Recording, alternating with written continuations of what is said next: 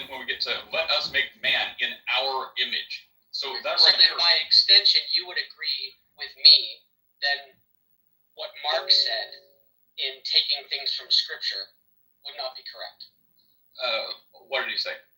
No, I said that when the world gets something right, they're often Taking it from Scripture. No, they're echoing Scripture without knowing it.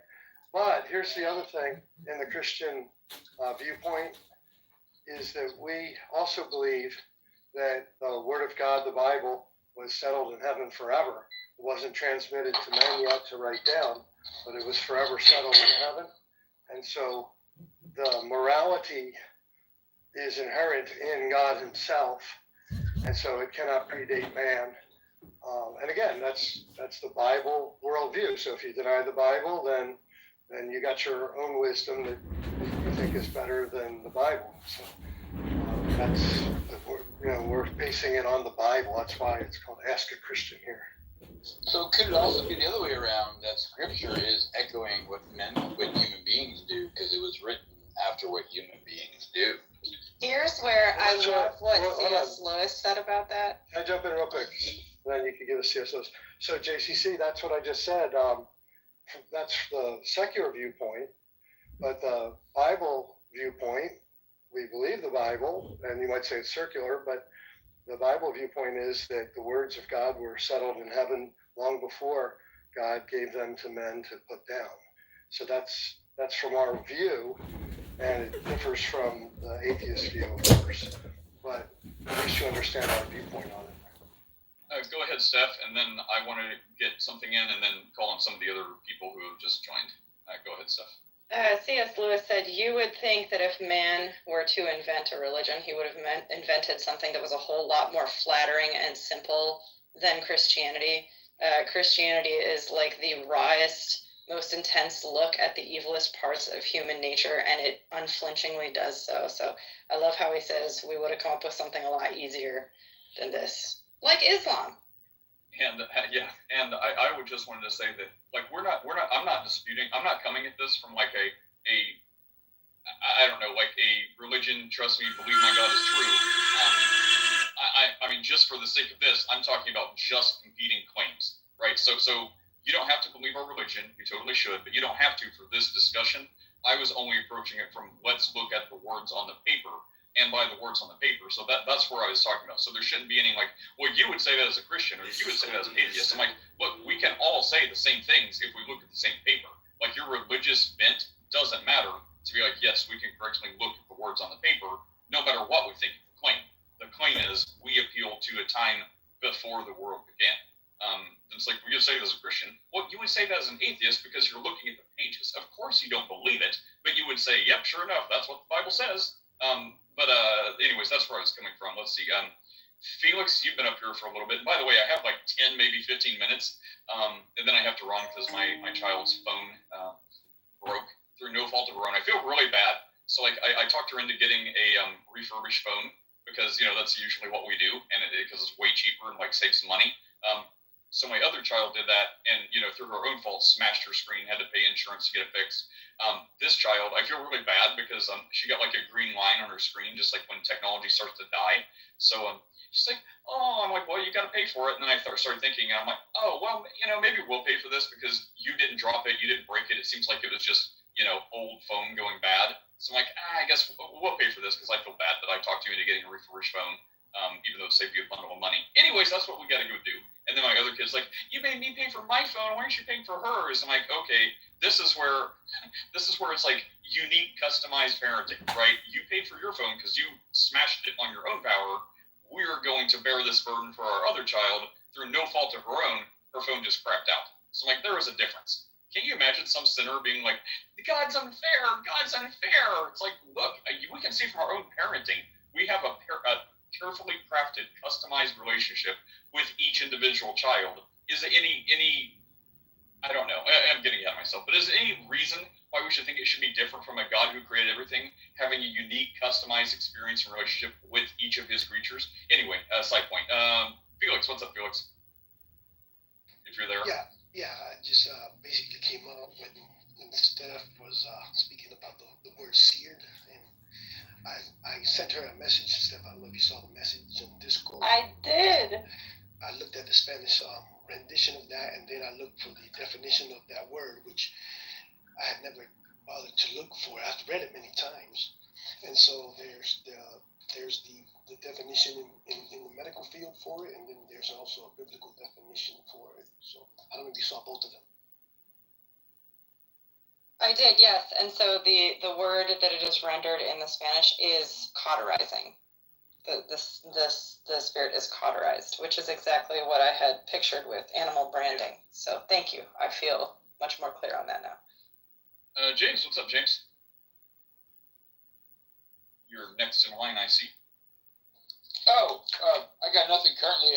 However, you did bring up comparing God to human being parents, so I was that always raises the hair on the back of my head when people do that. So yeah, thanks for doing that, Nate.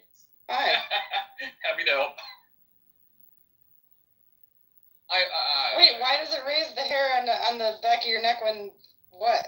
Why? Let me see if Well, because we are human beings, and our children actually have a relationship with us. And it's a two-way relationship, and they can actually touch us and ask us questions and get responses right there on the spot.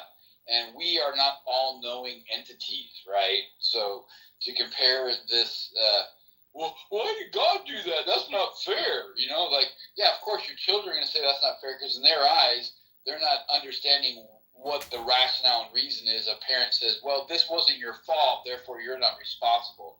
However, in your case, Katie, you threw that phone at your sister and it broke. You are responsible for that. That's why you're paying for it, right? So how can God do that with us, right? I don't think so. Do you have a child named Katie by any chance? That sounded really close to home. Like that, someone.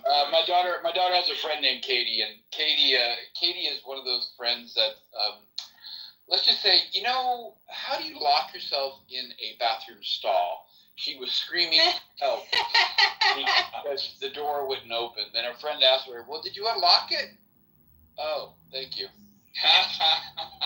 Oh, that's funny. My mother, I found out a couple months ago, apparently did that at the mall. There was a mall restroom. So not one inside the store, but inside like the main off the food court area. And she said she walked in and like it seemed like a kind of a sketchy lock, but she went ahead and, you know, she was trying to get out and she had to like beat on the door and like an attendant finally came and opened it. But to my mom's credit, she's like, oh yeah, that's been sticking. We've been meaning to get that changed.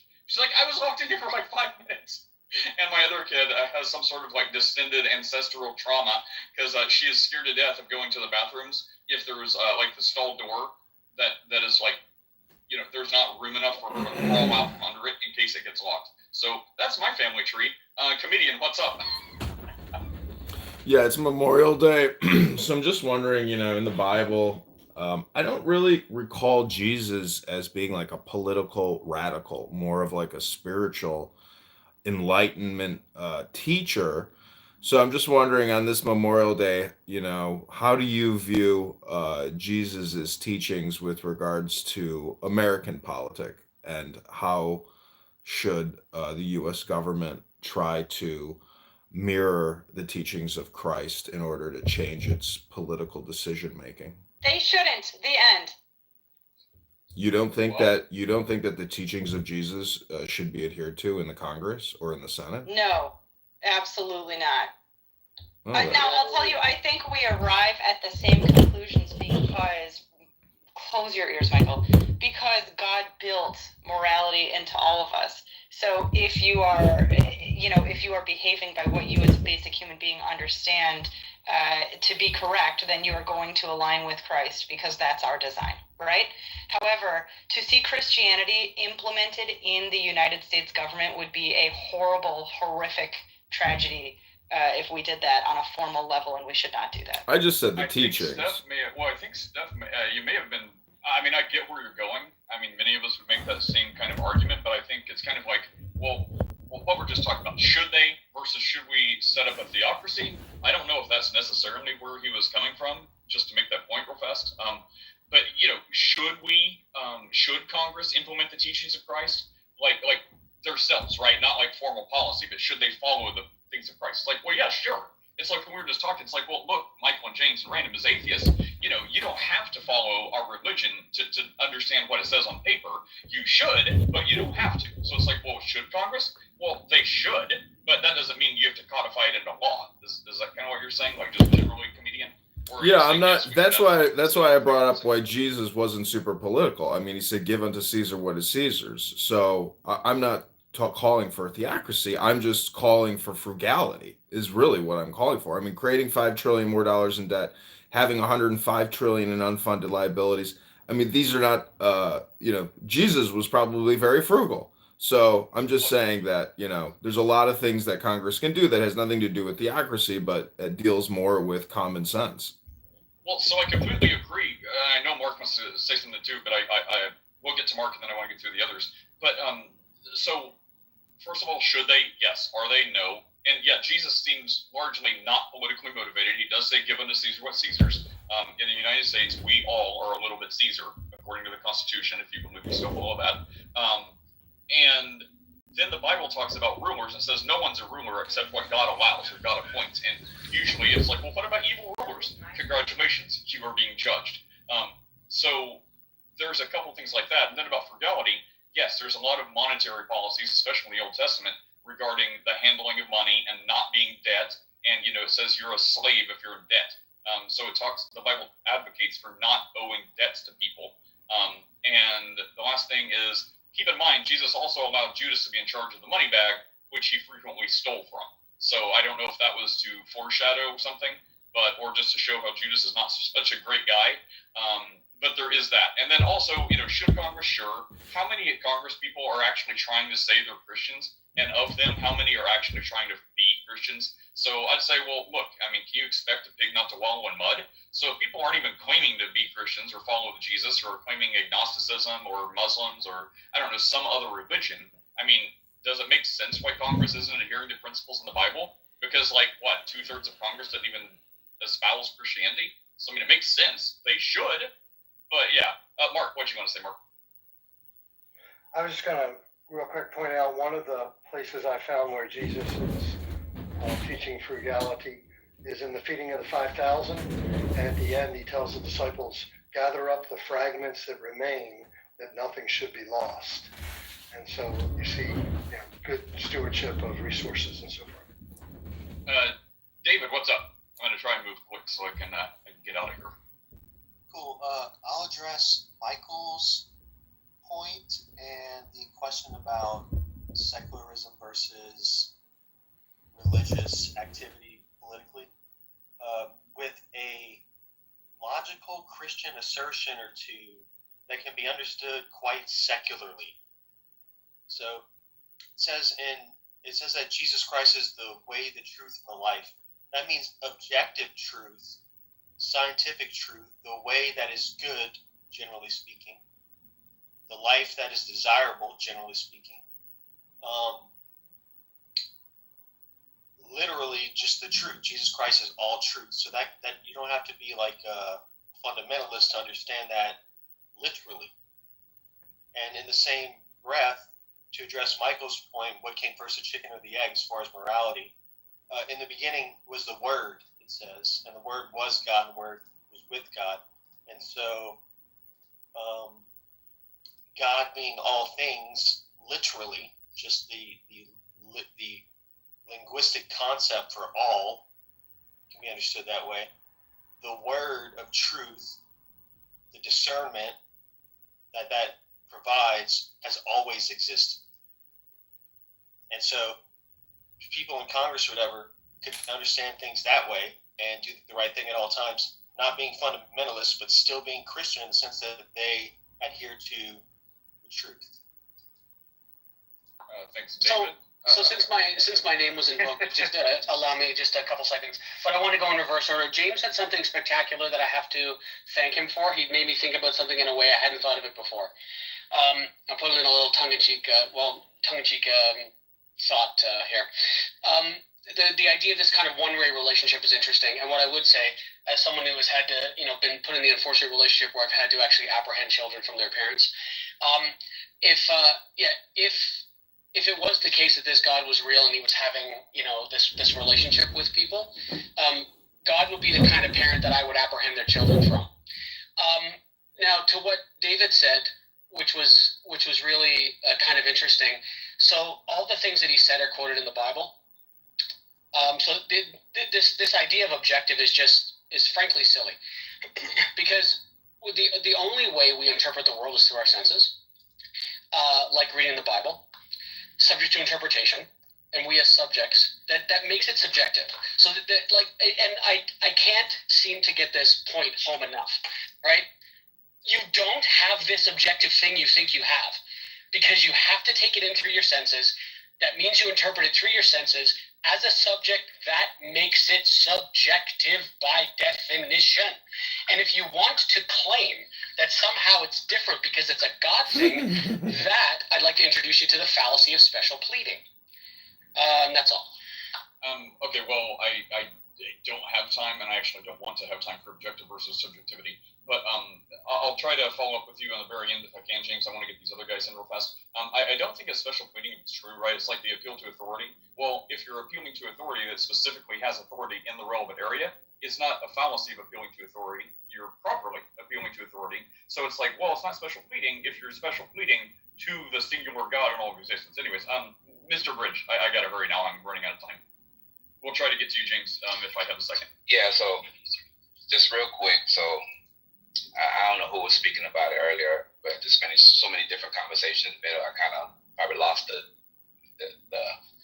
weight of what was being said, but something towards the line of that, you don't need a God. Societies kind of create themselves. And I would submit that, for them to even create these organized social structure, there's a framework that they are following in order to make that exist in the first place that predates their own existence. So there you have it. Thanks, Mr. Bridge. Rev, what's up? If you're speaking, Rev. 3, 2, 1. CEO, we have time for you to say a first and final thought. What's going on, CEO? Oh, I wanted to ask James a question. Could I? Oh, yeah, and by the way, I don't know if you accepted my invite on LinkedIn or not. I don't really use LinkedIn, but I Oh, recently, okay. I'll accept it. I didn't see it. I'll accept it. because I knew you were following an account I had before, but I guess I posted too much Jesus stuff, and they kept banning that account. And every time I would email them a fiery letter, and they're like, "Oh, we're sorry, it's accidental, my bad," and then unblock it. And finally, I just let it go. But I resurrected one of my old accounts. I'm like, "Oh, this is better anyway." So I saw you were following the other account that kept getting blocked. So I followed you this. It's like, look, guys, Jesus is the only way. I'm sorry if you want to block me for that, I guess. But anyway, so look for that. Yeah, go ahead and ask James, and then we'll try to finish this up. So James, I would like not like a technical answer, but just like a super, super practical one. Why is appealing to authority considered a bad thing or a bad argument? It was Michael who said that, I believe. Yeah, Michael said that. Oh, I'm sorry. Yeah. Whoever said it. Well, James can answer. Either which way, I bet Michael would agree. Appealing to authority is not a bad thing, right? However, when I'll speak for myself, when I appeal to authority, it's on things that I respect their background in, right? So appealing to a scientist who has a extensive background in biological evolution, I'm going to appeal to their authority on that said topic, right? So there's nothing wrong with that. Yeah, and I would agree almost with a caveat with what James said. So if I was to appeal to something Lawrence Krauss said on physics, that's not fallacious because he's an expert. If I was to appeal to Richard Dawkins on something he said on history, that would be fallacious because he's not an expert. And the fact will, Or you.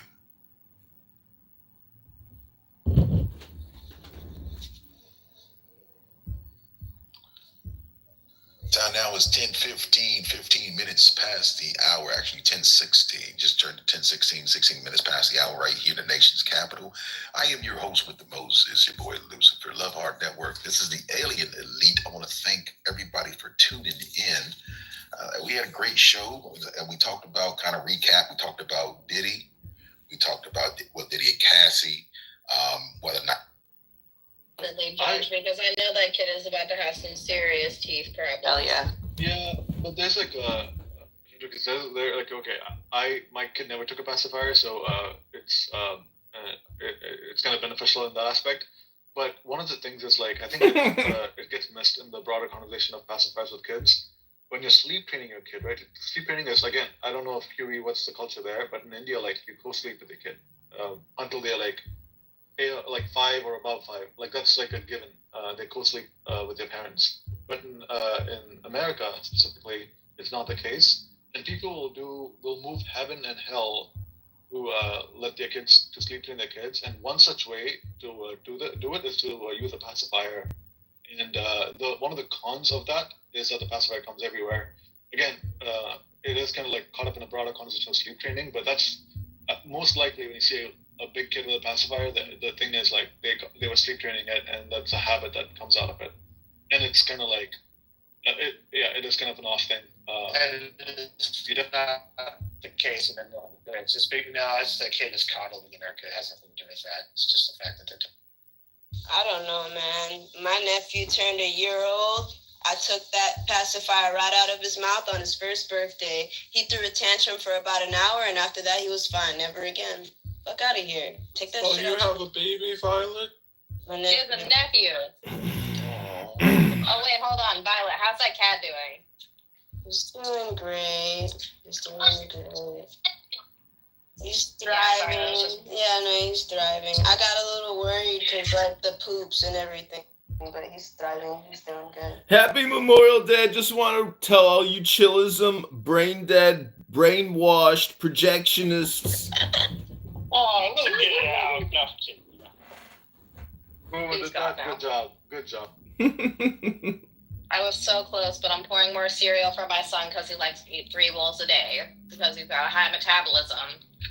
And he's up to my chin now, everyone. I'm pulling a Barth. I'm making pancakes. So Rican, no shade on you. That bar is pretty low to begin.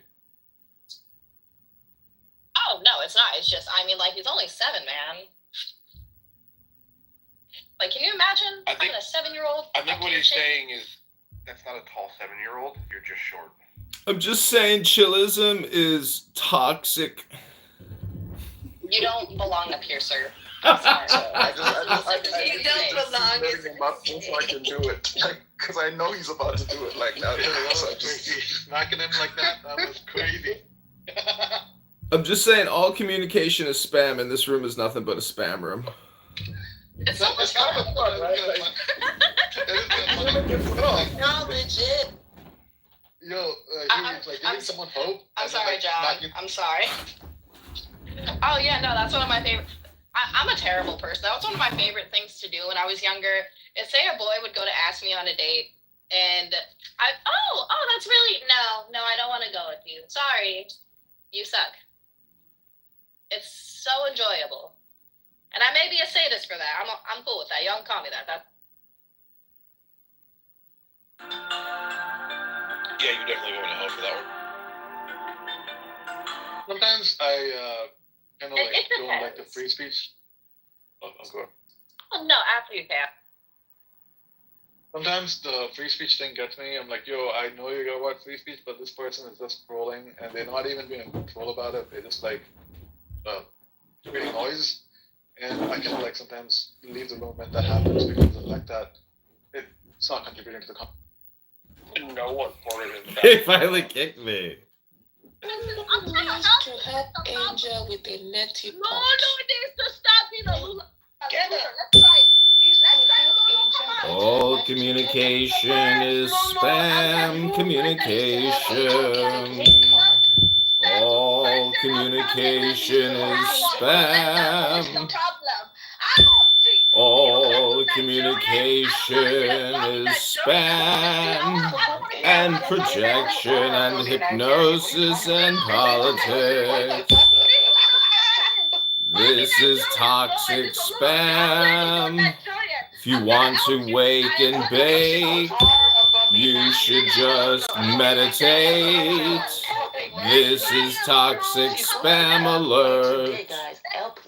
This is toxic spam alert. This is toxic spam. What a waste of time. This is toxic spam and a waste of time.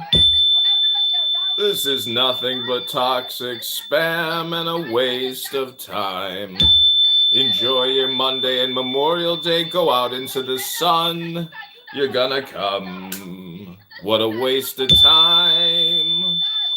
What a waste of time and spam. This is nothing but spam. She's spamming you all. Just spamming and spamming and spamming and spamming. What a waste of time. On your dime, it's a waste of time. She's spamming. She's spamming. This is a waste of time. This is nothing but a waste of time. What a waste of time. She's spamming. She is spamming. What a waste of time. What a waste of time. She's nothing but a spammer. She's spamming. What a waste of time. What a huge waste of time this is. She's spamming. What a waste of time. What a waste of time. She's spamming. What a waste of time. What a waste of time. Stop spamming everybody. What a waste of time. This is pathetic. This is so pathetic. What a waste of time. She's spamming. She's spamming. What a waste of time. They kicked me.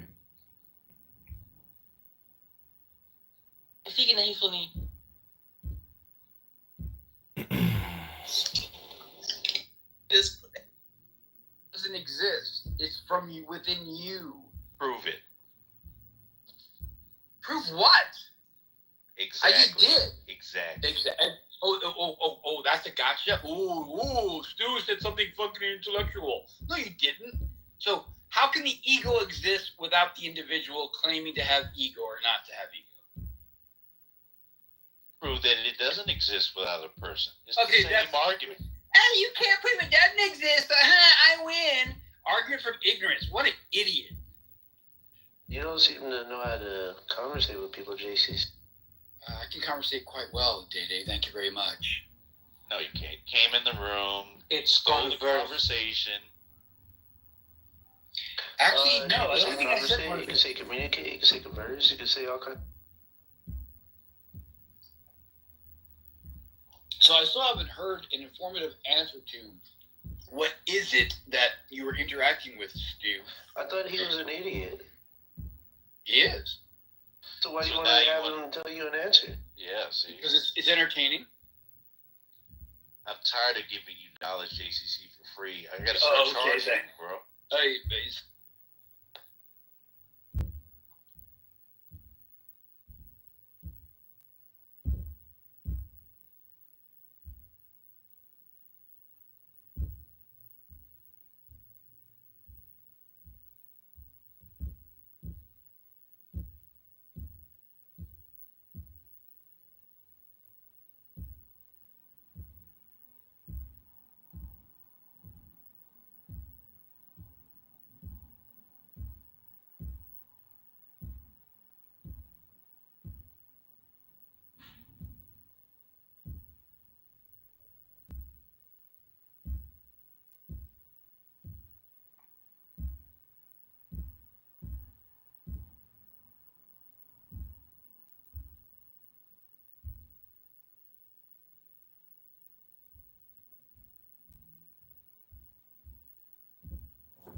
Okay, I'm just gonna create my own room since there's no other options.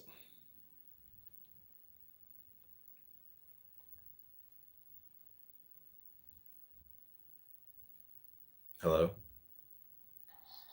Welcome to the unrecorded room. Probably broke. So you don't think that this is just toxic spam? What? You don't think that Clown House is like 99% toxic spam? Yeah, you might, yeah. Well, But you're gonna stick around until the world explodes? absolutely. That's what I said. We're gonna be on here. But what's the point? If it's all just spam, what's the point? Because what we're doing is, see, we minister of God, so we preach the word of God. So therefore, we reproving, we rebuking with long suffering and doctrine. So therefore, we ain't going nowhere. So we ain't gonna run. There's got to be a better way, though. They gonna have to change to what they talking about, and they gonna have to change their way and how they serve God.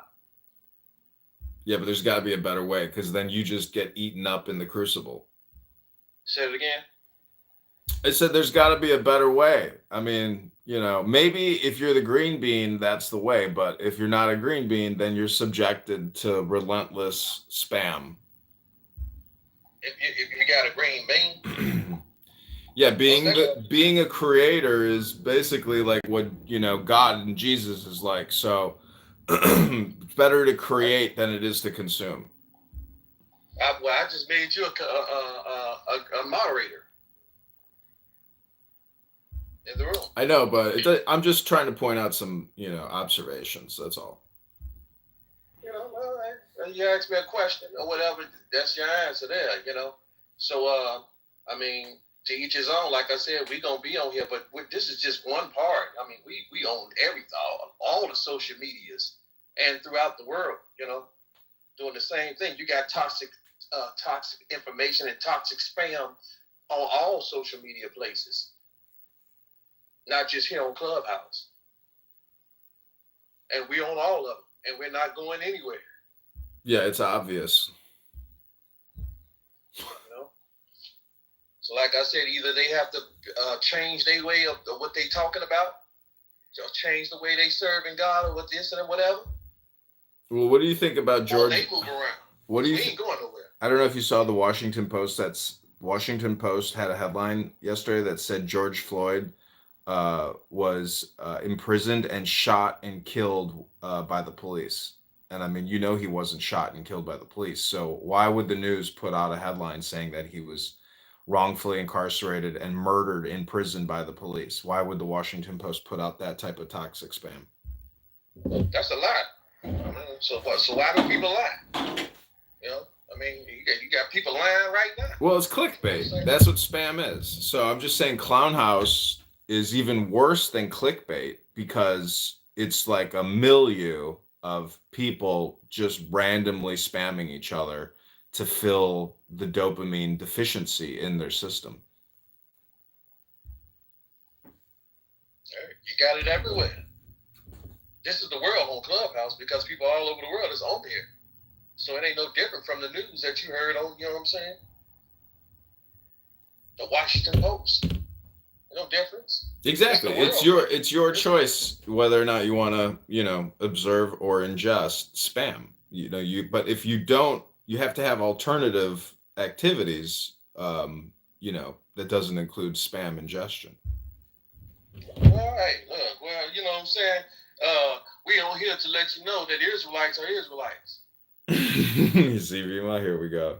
Here comes the toxic spam fire. They still exist. But what does the word Israel mean? What does the word Israel mean? Power with God and with man. I mean, if you look at the word Israel, it's almost like a question, you know, because Ra is what, the sun god? El denotes divinity.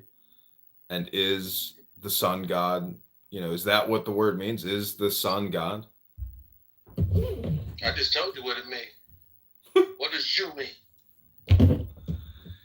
Bless you.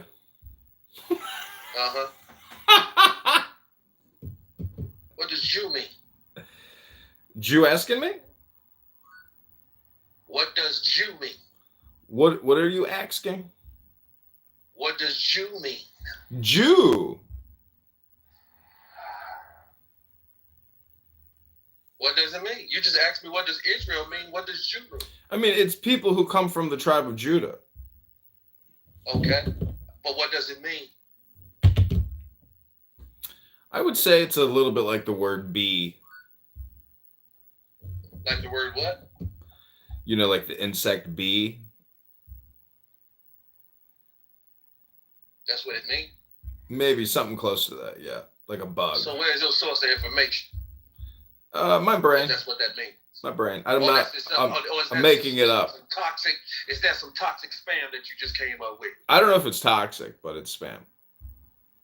Oh, so that's some spam that you just came up with. See, that's why, again, that's why we on here to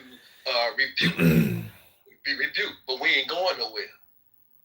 We're going to be on Clubhouse, rebuking toxic spam. See, either you got to change what you're talking about, or change the way you serve God, or move around, because we're going to be here. Oh, yeah, we know. You ain't going nowhere. Jude absolutely is from the tribe of Judah. It's just short for Judah. Well, what's the chef? Israel means power with God and with man. And Judah is Israel's son. You sure it's not like a nephew, though? Say it again.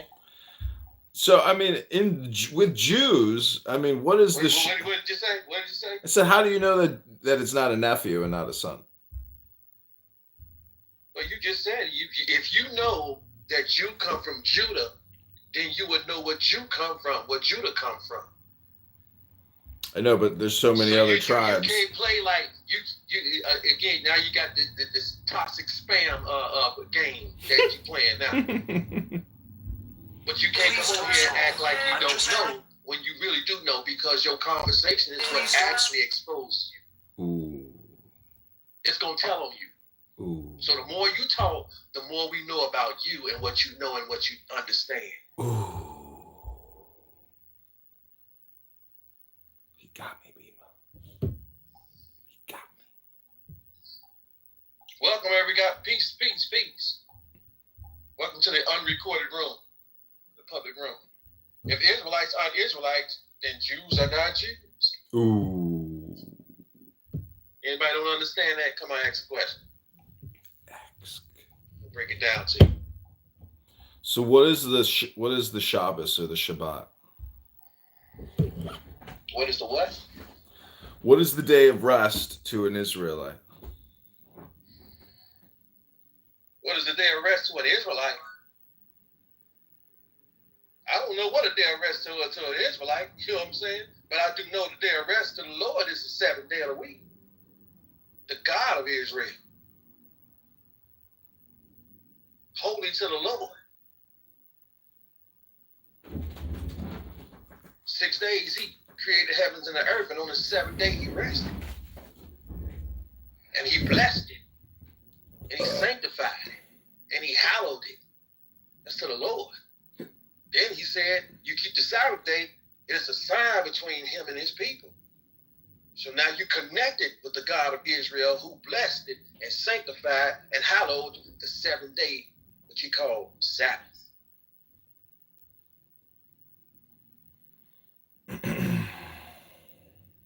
See how we don't let no toxic spam get by? We crush it all. Why? Because we the priest of God. Ooh. It's our job to do it. We ain't got no choice but to do it.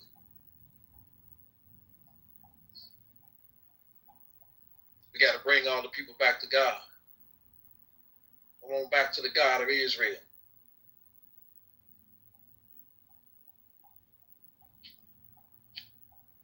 Why do you call yourself comedian comedy? You tell jokes? Yeah. Tell us something that's funny. What do you call someone who has been talking for 5 years on a social audio chat app? Someone that's been talking on the social media chat. No, it's a spammer. It's a spammer. Anybody find that funny? Try again, because I ain't laughing. It just didn't humor me. It really didn't. It wasn't funny. Okay, what do you call somebody who thinks they know everything and loves to hear themselves talk, pontificates and has an opinion on everything, but their takes are always bad and it's always spam? Well, I think that's just an opinion. No, it's a clown house user. Is a clubhouse user? Yep, clown That could house. be you. Do you think all communication is projection, or hypnosis, or spam, or politics? No, I'm just concerned about the word of God. But still, your jokes ain't funny. I asked you for a joke, and I ain't laughing yet. Peace, I got a joke. I didn't ask you for a joke. Come on. I asked a comedian. Are you a comedian? I can be. No, I didn't ask you what you can be. Okay, I'm putting your name. I didn't ask you what you can be and what you can do. I can do it. I didn't ask you to tell a joke. I was talking to a comedian. He said he's a comedian. A funny joke. That's what I'm gonna do. A who? A funny one. This ain't no joke stage. All right. So why do you feel like you want to tell a joke and we ain't even concerned about a joke? You asked comedian too, so I said, let me give you one. I'm gonna help comedian out with something. What does Jew mean? What is true? What does Jew? Well, it's supposed to be shortened for Yahudi's. Who is that? You can find the name Jew if you want to find Jew. You can find that in the book of Esther. You believe in the book of Esther? What does Israel mean? Israel? It means one who wrestles with God. One who wrestles with God? It's two of them. One who wrestles with God and one who has power with man and God. Okay.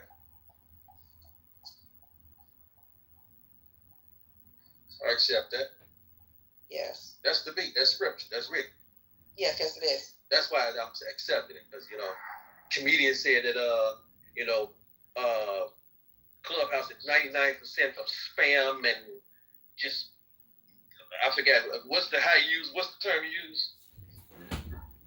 It's 99% communication spam. Communication spam. I told him we on here to cut it down. Okay, I got a question. What type of exercise does Jesus do? Say it again. What type of exercise did Jesus do? What type of exercise did Jesus do? Yes. You mean like physical exercise? Yeah, you want jokes, right? No, we ain't telling jokes. We ain't concerned about no jokes.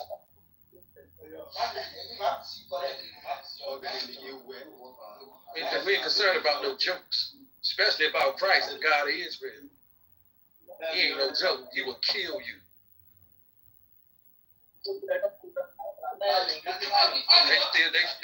They trying to make him soft. They still trying to make him a baby. Still, just every time December 25th come around.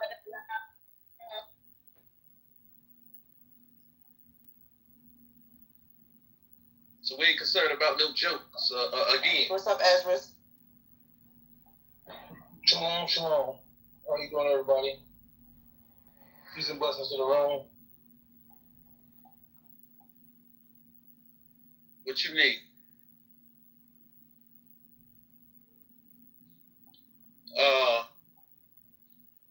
I think these are communication spam people here.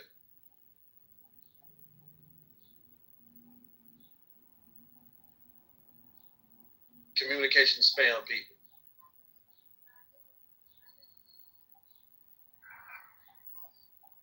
Okay, What does estrus mean?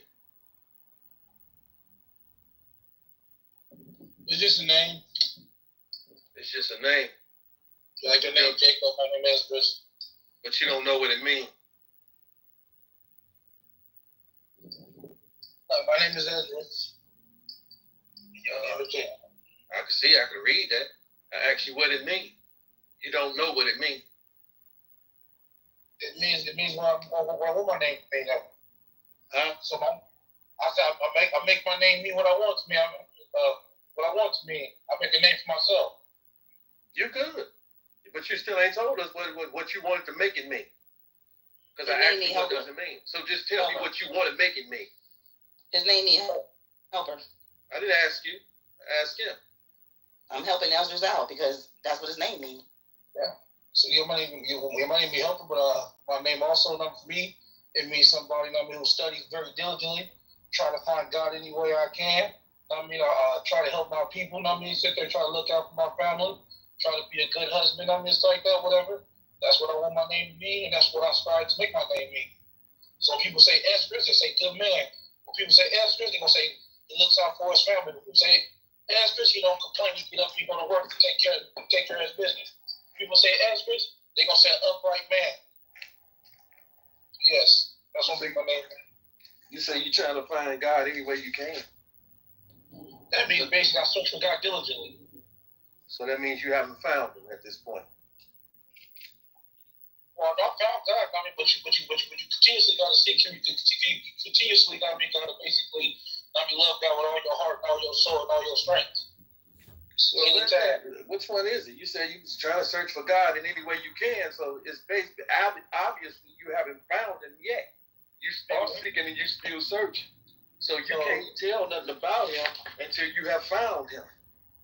Because the only way, once you find him, then he's going to tell you about him, and then you'll know all about him, and then you can tell about him. But you say you were seeking to find God by any means necessary. So, but you're not going to find him without no faith. So, because in Hebrews 11 chapter say, verse 6, but without faith it's impossible to please him. For he that cometh to God must believe that he is, and that he is a rewarder of them that diligently seek him. So you just said he's diligently seeking him. So you want to so something about diligently seeking him. Yeah. I'm diligently seeking him every day.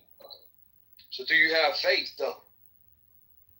Yes, I'm looking for him daily. It's like I'm looking to sit there, be in his good graces. Don't you think that I have faith? Faith is the substance of things hoped for, the evidence of things not seen. Yeah, but also too, if you sit there, faith without works is dead. But if you look at my works, you'll see my faith. So if every day I get up to search for him, but after a while, my faith is in him because obviously I work for him daily. Well, I don't see your works, so I don't know what your works are. So the best thing I can do is ask you about your works, and then I can make a determination on it, because I don't be around you. So my question to you is, do you keep the Lord's holy Sabbath day, 7th day of the week? Yes, I do. And how do you go about keeping it? Very simple. I do what the book tells me. Okay, what does the book tell you to do in regards to keeping the Lord's holy 7th day Sabbath day? I don't work, I don't cook, it's like that, whatever. I prepare my food, like it's the same way they did in the wilderness, it's like I prepare beforehand. It's like that, whatever. I read my Bible with my wife, it's like that, so we go through, it's like that, lessons, it's like that, whatever. We try to learn more and more Torah. We try to be holy. We try to be more holy as we can. It's like that by learning more things about God. That's researching Him diligently every single day. We try to learn more and more about how to keep His feast days and fast days and all kind of stuff and things like that. Whatever. We seek wise counsel. It's like that, or how we're supposed to be doing things and stuff like that. Whatever. I know a lot of people may not believe this, but however I do believe, Orthodox Judaism, so I do believe, that they have the truth for me. It's like that, y'all can argue, y'all can debate it amongst yourselves, but I find my form of truth, it's like that, whatever. Teach his own, but at the end of the day, it's like that, I believe, I want some roots that at least date back somewhere. So basically, I find, that I do my best, to do the things that God tells me to do, so. Okay, so what does the Sabbath represent, and what does it point towards? The Sabbath is a holy day that God sanctified. It's like that, whatever. Basically, No. You're not answering according to the tenor of the question. I didn't ask you what does the Sabbath, you know what I'm saying? I asked you what does it point towards? What does it represent? It points to when God stopped creating. It's like that, whatever. God kept creating, you wouldn't be able to find God in creation. So God stopped, let you know, hey, can you find me? Can you see me? So when I stopped on the Sabbath day, I'm finding God because God stopped on the Sabbath day. So I'm sitting there I'm acknowledging that God is the creator of the whole universe. And basically, he worked 6 days, the rest on the seventh. So it points towards my one true God of Abraham, Isaac, and Jacob. Now, what it means to me, you say it points to the one God. Okay, and you said earlier that when I asked you first about the Sabbath day, you said I do what the Bible tells me. Can you read to me the things that you just said in regards to what Sabbath day points towards? Book, chapter, and verse, please. Hold on, I'm going to the car wash. Give me 1 second. Washed up, huh?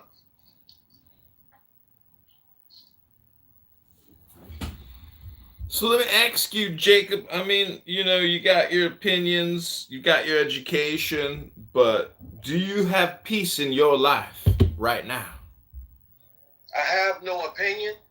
I am being educated in the Word of God and being an educator, and I do have peace.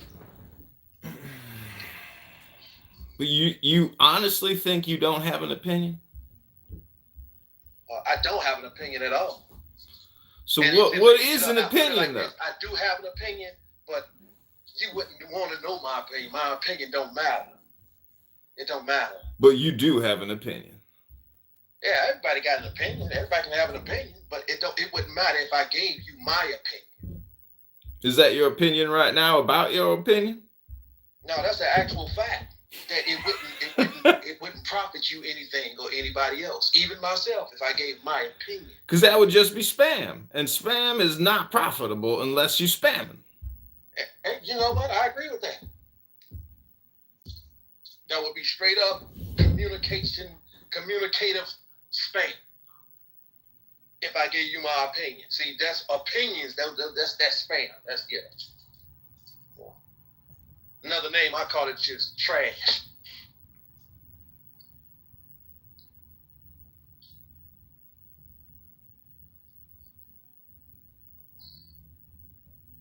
So, Extras, after you get squeaky clean, I need you to give me the book, chapter, and verse.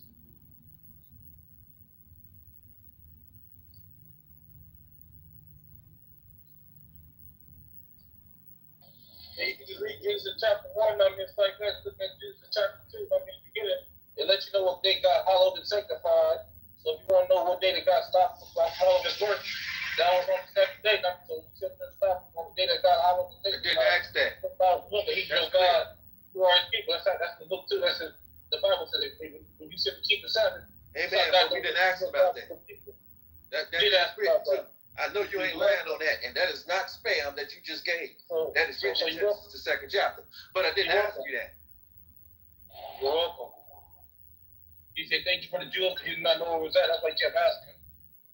Say thank you. Say thank you, Esther's. Go ahead, Jacob. Say thank you, Esther's. Thank you for what? Because I told you something that you did not know, because you asked me for something that everybody should have known just for their basic studies. That means you didn't read the beginning of the Bible. You must have just jumped right to Matthew and didn't read Genesis. No, I asked you. Dr. Australia. Oh, Dr. Australia. I was telling Nora Bandura about your PTR yesterday. She feigned any type of interest. She didn't really care. I don't know. Has she seen your PTR? Because I think it would be like soul crushing, to see that reminder of just the sweatshirt itself. Not even the hair or the face, but the sweatshirt alone is enough to get that, F rating in the bonds market. It's just my opinion, but what do I know about opinions? Everyone has them. Apparently, everyone has what's called opinion. Maybe that's why I say all communication is just opinion. Well, really? Duh. So I was supposed to go meet this. Then someone picks up my bed, and then another pick up any chance we could meet. Yeah, absolutely.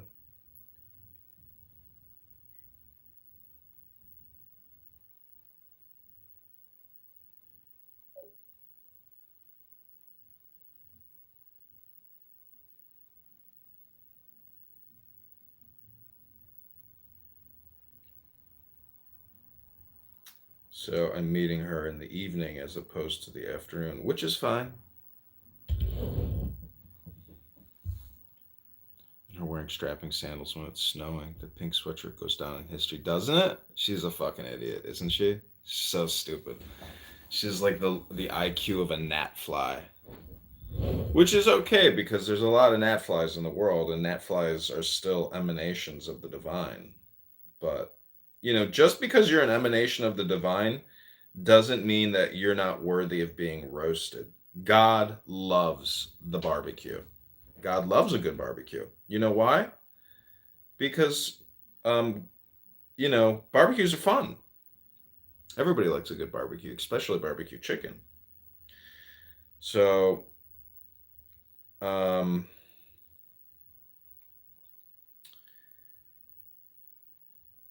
yeah, barbecue roast, you clown.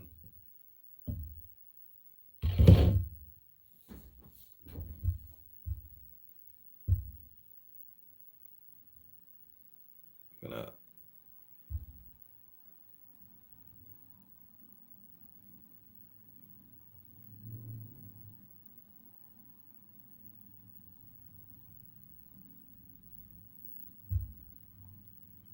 It's a really nice day out here in Chicago. My goals today, I have many things I have to do, and I was planning on procrastinating and putting them all off till tomorrow, but now that I have the time, I can get a lot of things done today. But Clown House, if I stick around here, all I'll do is waste my time listening to spam. You know it's true, and I know it's true. And as the great spam liberator of 2025, I'm here to tell you that all communication is spam. All communication is political. All communication is hypnosis.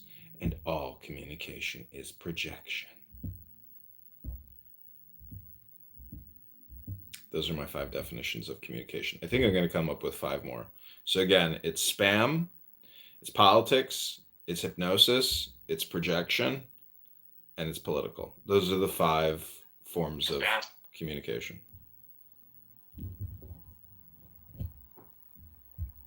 You like my definition, Bima? I do. So once you know that you yourself are an originator of spam, of hypnosis, of projection, of politics, what are you going to do about it? Are you going to choose wisely? I think that's the next best choice, right? How do we know our decisions aren't like pre-programmed, opinionated spam? Everyone goes through condition cycling. And I was even thinking about how sex is actually a form of conditioning, especially if you're being abused. But some people, I think, in relationships end up getting conditioned with the sex, meaning that it's such a high dopamine creation event that's super conditioning. It's super conditioning. So, sex can be used for brain control, mind control, conditioning. And obviously, you could think about horrific abuse and how people end up, it destroys your independence or your psyche or your mental health. So sex is a form of communication. And it was just something I was thinking about the other day, about how people get into toxic relationships and how sex is like the conditioning experience that keeps it all together in a way.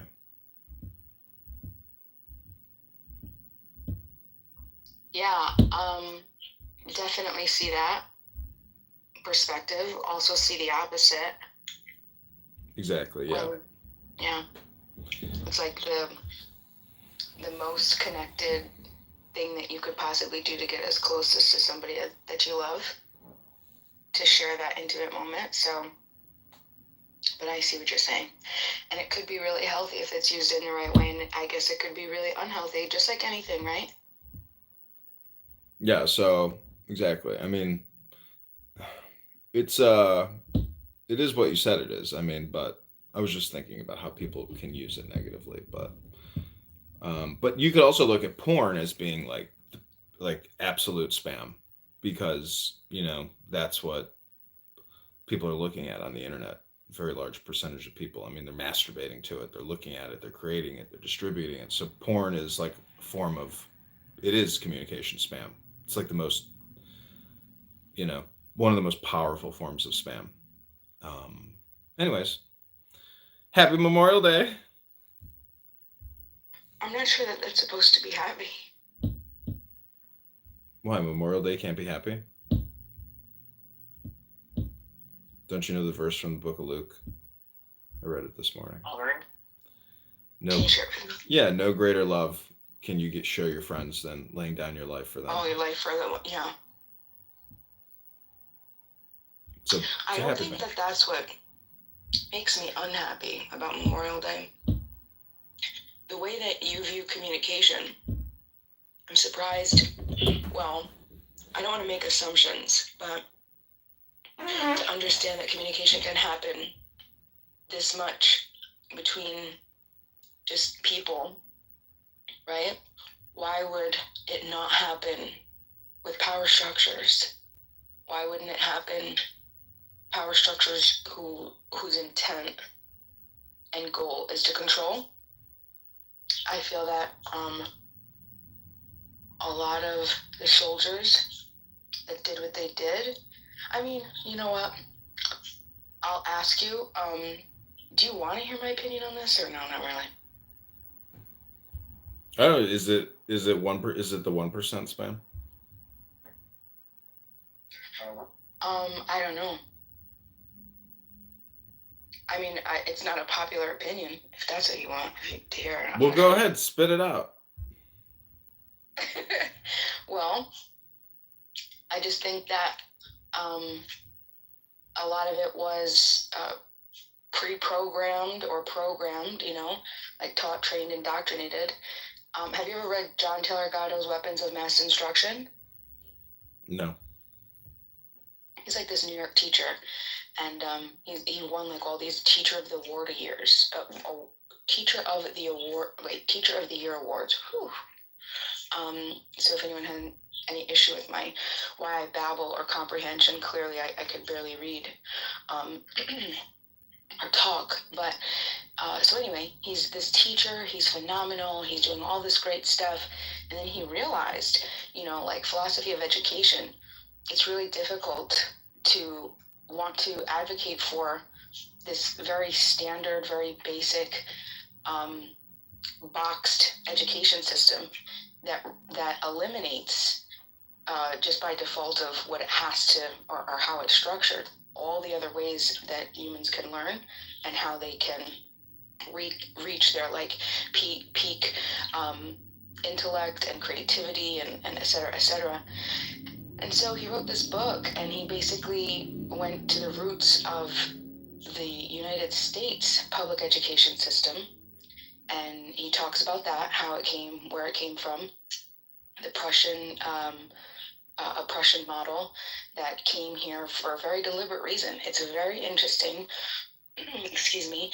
And so once you hear all this, I feel like a lot of us are pawns. I got into war stuff when I was younger, very big. I was in an area where there's cadets, a lot of military around me. So I was very passionate. And then I worked for the National Purple Heart Museum for a while. Not worked under them. I did like some, what is it called when you're in college and you do a project under them? An internship. Thank you. Did an internship for them, and I connected really deeply to just a bunch of people that I've never talked to before, and I feel bad. Like, I feel horrible. I would every year I'd go to the Memorial Day and I'd go to Veterans Day programs at the National Museum. National Purple Heart Museum, and there wouldn't be many people there except other veterans, and not even their families. And so after a few years, for you. We have I started making friends because I started seeing the same people, and then so the old men, and then we'd start talking, And some of them opened up to me, and I was really honored to be able to talk to them about situations. And it's horrific. It's lifelong. It's traumatizing. They never lose it. It's for what? You know what I mean? For what specifically? These wars, who's really fighting them? What was it for? Was it real? Death, you know, like, were we really defending the nation? Were these political... Do you see what I'm saying? You know, the United States, I feel, they talk about colonization and conquest and all this other stuff. You want to be able to say, yeah, I love the United States for what it is and what it's been able to provide, but would you still be able to be that happy and content if you knew that it was built upon lies that, you know, basically conned people into believing that they were fighting for freedom? And the ones that survived came home to have their entire lives destroyed for the rest of their lives, either living with survivor's guilt or whatever else.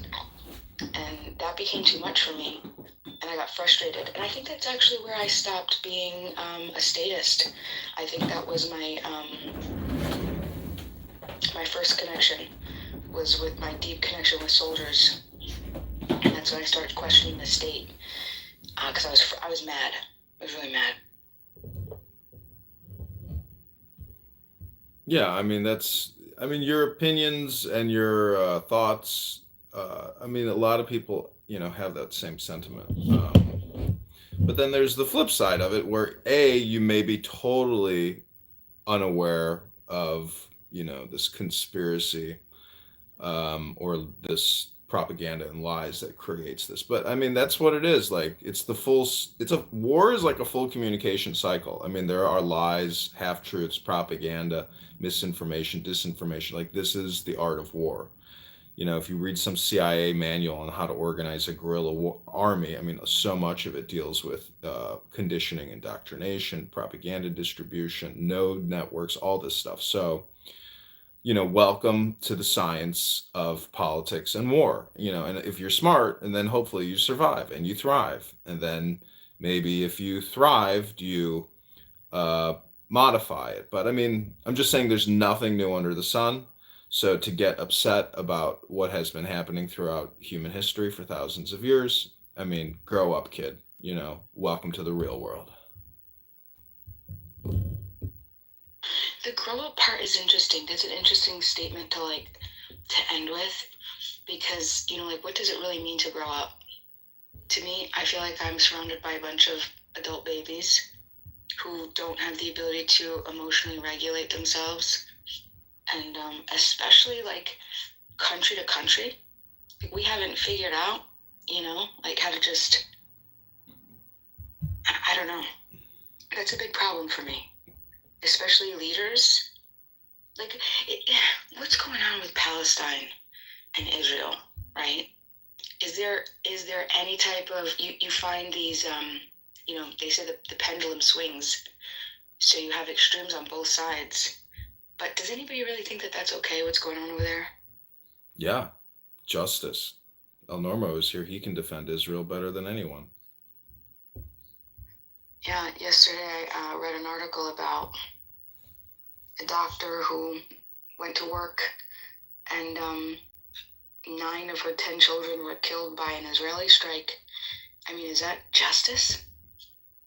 Are you sure it's not fake news? It's, yeah, we got to know more about it. It certainly sounds tragic, but you really can't trust Hamas. They're just liars and killers and savages. So until the war is over, I don't think we're going to know what's really going on or what happened, unfortunately. Or fortunately. Have you heard of Gabor Mate? No. So he's like this physician, and he's Jewish, and he was pretty frustrated about the whole situation over there. It's frustrating. They need to get the hostages back and surrender right away.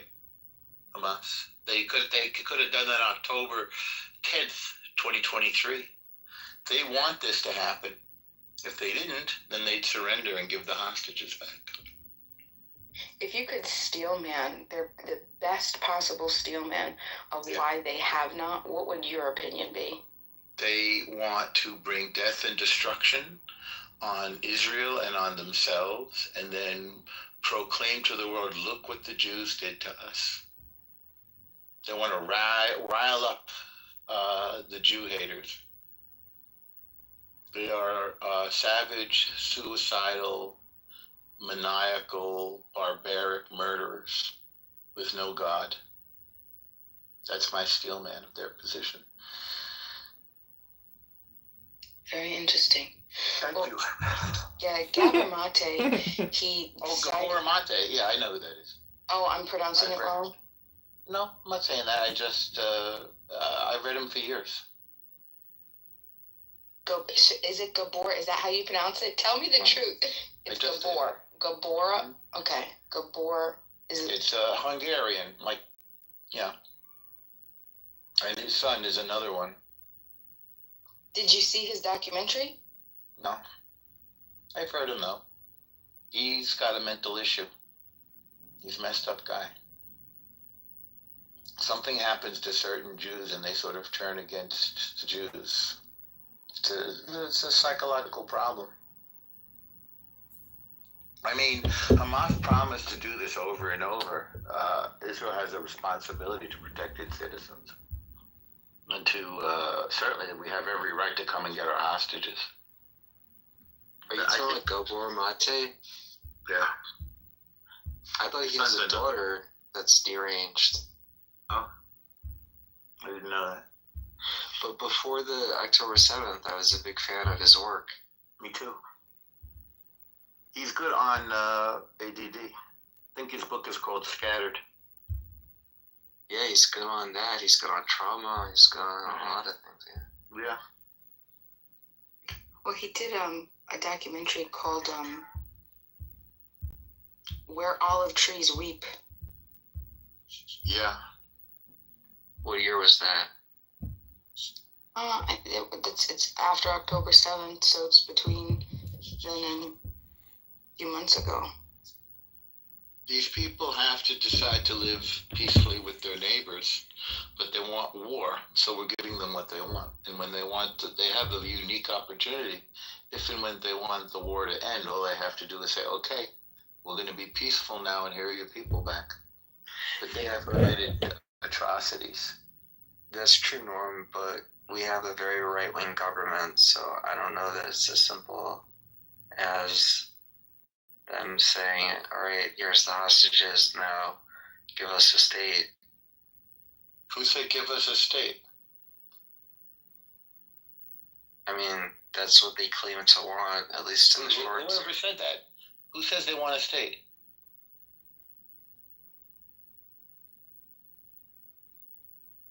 I mean, what they want is to destroy Israel.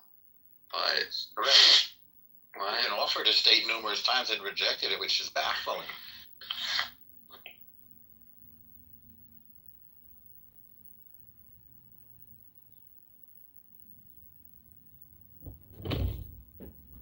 I mean, honestly, Bima, I mean, if you want to steel man the argument, it's really like a propaganda scam. It goes back to communication theory and all communication being politic or spam or projection or hypnosis. So, I mean, October 7th was the needle in the haystack or the tipping point in this conflict where, I mean, have you ever been to a concert, Bima, and been taken hostage or killed? You know, no, you haven't. You're here right now talking to us. But if, you know, your sister was taken hostage and is sitting in somebody's, tunnel right now in Gaza, you would have a different opinion. But unfortunately, the spam has been so much and so huge and so persistent and projected so much by the algorithms that we have millions upon millions of people that never mention the word law, never mention the word justice, never talk about terrorism, peace, and security. I mean, these are important concepts for any country and any group of people that want to live a good life. And unfortunately, what they did on October 7th was so dastardly and terrible that it can't be forgotten. And justice has to be pursued by the citizens of Israel to make sure that that doesn't happen to their brothers and sisters and cousins anymore. I mean, enough is enough. I mean, every Friday, Saturday night, you got rockets being shot, from Gaza. I mean, let it go. Live in peace. And if you can't let it go and live in peace, well, then the meek shall inherit the earth, and it's an inferior fighting force. They will be destroyed, and the hostages will be liberated. It's only a matter of time and a question of what is the best way to go about solving this equation. I mean, isn't that the argument though? That it's they can't live in peace because of what's being done to like this small 20-mile. Are you saying that they can't live in peace because of the oppressive nature of Israel onto Palestine? That, in other words, the Palestinians would love to live in peace if only Israel would stop poking them? Is that what you're saying? No, I'm not saying that. I'm not even about to jump on you or jump down your throat. I'm just trying to clarify and understand what you're saying. Oh, okay, no problem. Yeah, don't threaten me with a good time. But if you think of like, by the way, I'm not a professional in any capacity. I'm not claiming to be. I'm a Google scholar, right? But psychologically, do we? Thank you down there for that. Self-taught. So the human condition. Am I made to believe that these humans don't have the same natural self-interest psychologically, like yes, every other? I would try to make you believe that. I would expect you to be made to believe that. People have different definitions around the world of freedom and security and peace. And for some people, freedom and security and peace might be like, I might think, you might think this. You might think, I'll be at peace when I get home to my front porch with a pina colada. Then I'll be at peace. But for Jeffrey Dahmer, he wasn't at peace unless he was drilling through the skull of a young gay boy and then fucking his skull hole. Because Jeffrey Dahmer was a deranged psychopath. So for Jeffrey Dahmer, his definition of peace was skull fucking a young F word. But my definition of peace is smoking a bowl and talking to my friend John. The Israelis' definition of peace is smoking a bowl and talking to your friend John. The Palestinians' definition of peace is killing Israelis. So there won't be peace for Palestinians. It doesn't matter if there's a music festival or a pina colada or not. If Israel is in existence, the Palestinians will not be at peace, because peace will not be achieved in their perspective until Israel is destroyed. What do you think the root of that is? Do you think that there's... That's a great question. My first guess is that it has something to do with religion. What is the root of the religion? I don't know. But have you ever heard this quote? It's not a quote from the Quran. It's from the Hadiths. Do you know what the Hadiths are? Hadith? Yeah, isn't it part of the Islamic sacred texts, Hadith, security? Yes, and as I understand it, and somebody like John or somebody could correct me if I'm wrong, but as I understand it, the Hadiths were not part of the Quran, but they were like teachings from the mouth of Muhammad. So they were lectures or essays or hadiths or sayings or something that Muhammad said. It's not in the official Quran, but it's kind of like the Talmud for Jews, where the Talmud is things that rabbis have said, and the hadiths are things that Muhammad has said, basically. For the purposes of this conversation, that's good enough. And so there's this one hadith that's a really popular hadith, and I have seen this written on protest signs more than 5 times, maybe 10.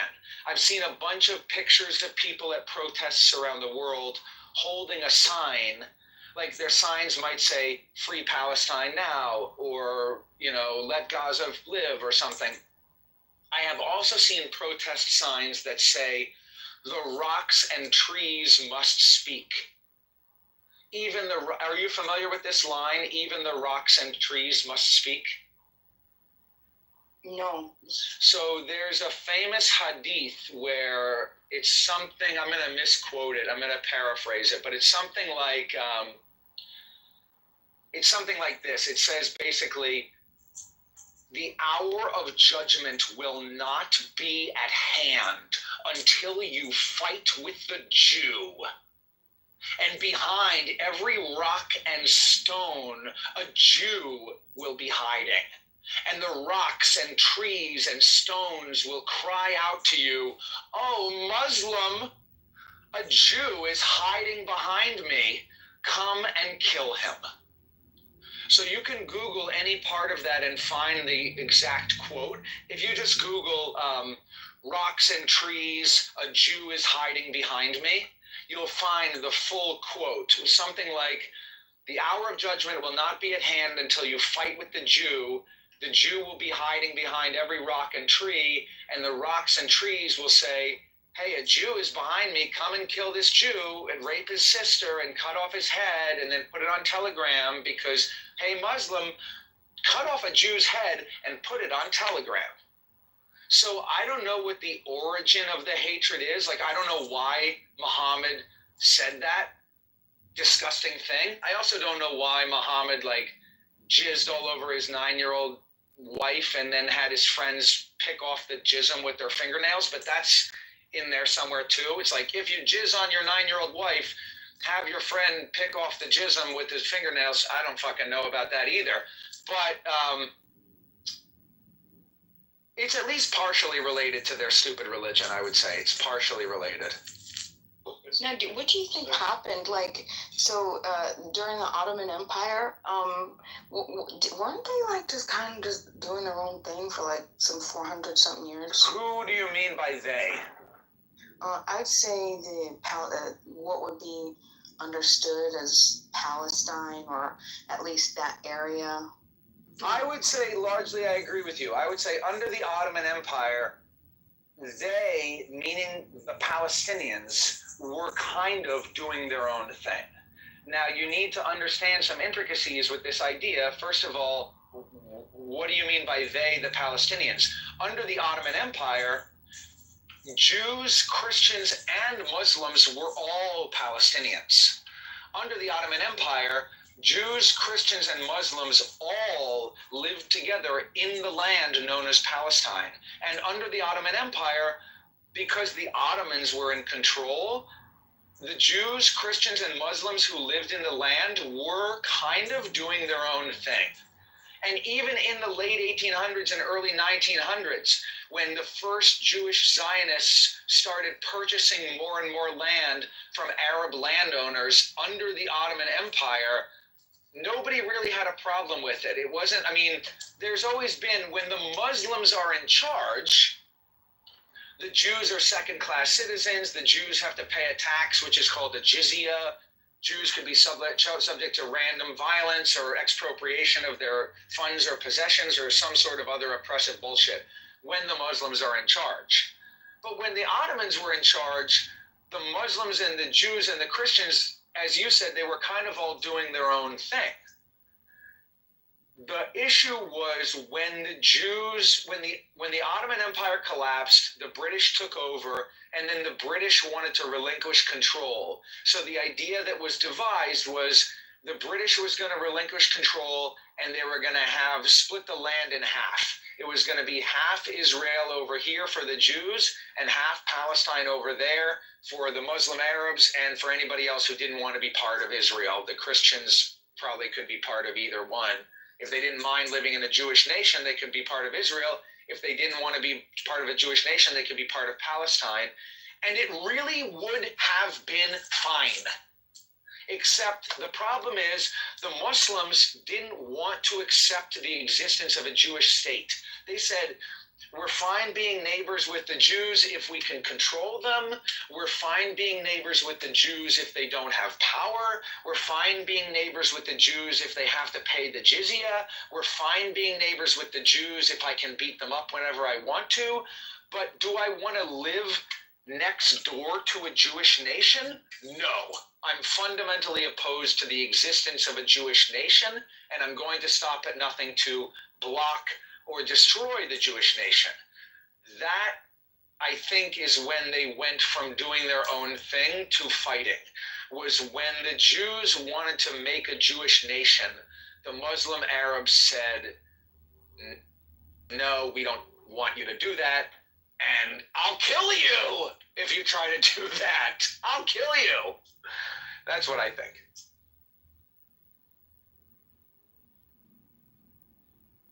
Any other brain busters? Do you are you a free will or determinist type fella? I think I'm both. I think it's both. I think it's not. Compatibilist? I had never heard that word before, but sure. You know, my friend John Kitover loves to say this beautiful thing, which is that there's not a speck of dust out of place in the whole universe. And maybe that could mean that everything is predetermined. But I think that we still have choices to make. And so I think I believe in free will for sure. But I also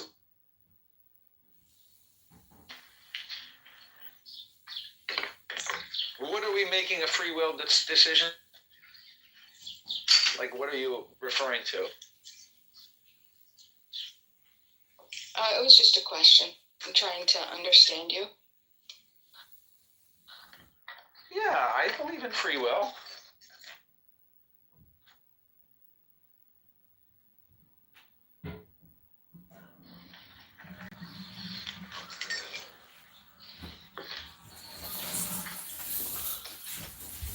You know, what's the most fucked up thing about war is, and even death, is that, you know, Bhima, you're concerned about some innocent child in the Gaza Strip. I mean, but can you even tell me the names of 10 people that died on 9/11, died in Iraq, died in Afghanistan? No, you can't. Nobody knows the names of any of these people when they're dead. When you're dead, you're dead.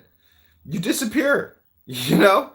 It's fucked up, but there's no memorial service on Memorial Day that specifically cites anybody, what they did, you know, whether how they died in battle or how a terrorist filleted them, you know, at some barbecue. I mean, it's fucked up. So life is, you know, in many ways it is like a simulation or like some type of a game. And the smarter you are, hopefully, you know, you don't have any bad luck. I mean, people take a lot of risks in their lives. I mean, the people on October 7th that went into you know, the what was the name of the festival? See, that's the thing, and nobody even knows the name of the festival. What was it called? Anyhow, the point is they made a miscalculation on that day. I'm Nova Festival. I'm sure 80% of those people that decided to go do that attack are no longer on the planet. So, or breathing. Maybe the remains are still on the planet. So I don't know, Bhima, life is just a series of coordinated decisions, and hopefully you make good decisions because you have good thoughts. When you decide to go kill people at a concert, you're not having a good day. You're having bad thoughts, and you will have bad outcomes. I mean, that saying, you know, live by the sword, die by the sword, it's just a maxim. It's true. If you're going to go commit violence, there's a very high probability chance that you will die by violence. And it will be redirected back towards you, opposite and equal reaction. You know, it's called physics. So I don't know. Welcome. You know. Can I ask a question? Yeah. Bhima, would you say that you are in favor of a freeing Palestine? You support Palestine here in general? I don't like to move in collectives, but what I don't support is the murder of innocent people. So then, if you don't support the murder of innocent people, I would think that you would wholeheartedly support Israel in their attempts to remove Hamas from power, because Hamas very much believes in the murder of innocents. And Israel is very much opposed to the murder of innocent people. So what's confusing is a lot of people say, I don't care about Israel, I don't care about Palestine. I just am opposed to the innocence, to the indiscriminate slaughter of civilians. If you're opposed to the indiscriminate slaughter of civilians, you should be opposed to Hamas, and you should be generally supportive of Israel's mission to remove Hamas, because Hamas kills civilians. So like on purpose, on purpose. So that may be true. That may be true. Okay. My issue is how many people died on October 7th? I think like 1,200 or 1,300 or something like that. And how many people have died in Palestine since October 7th? Well, yeah, but I mean, do you think that Israel is wrong simply because they've killed more people? Yeah, I do. Wait, do I think they're wrong because they've killed more people? Not just killed more people. It's a more innocent people. Let me ask you this. Yeah. I was trying to think of like an analogy, and I just got one. Okay, so you're a woman, I'm a man, we're not going to get in a fist fight. This example involves us being in a fist fight. I'm not trying to be in a fist fight with you under any circumstance. I don't even fucking know you, but I respect you and I don't want to be in a fist fight with you.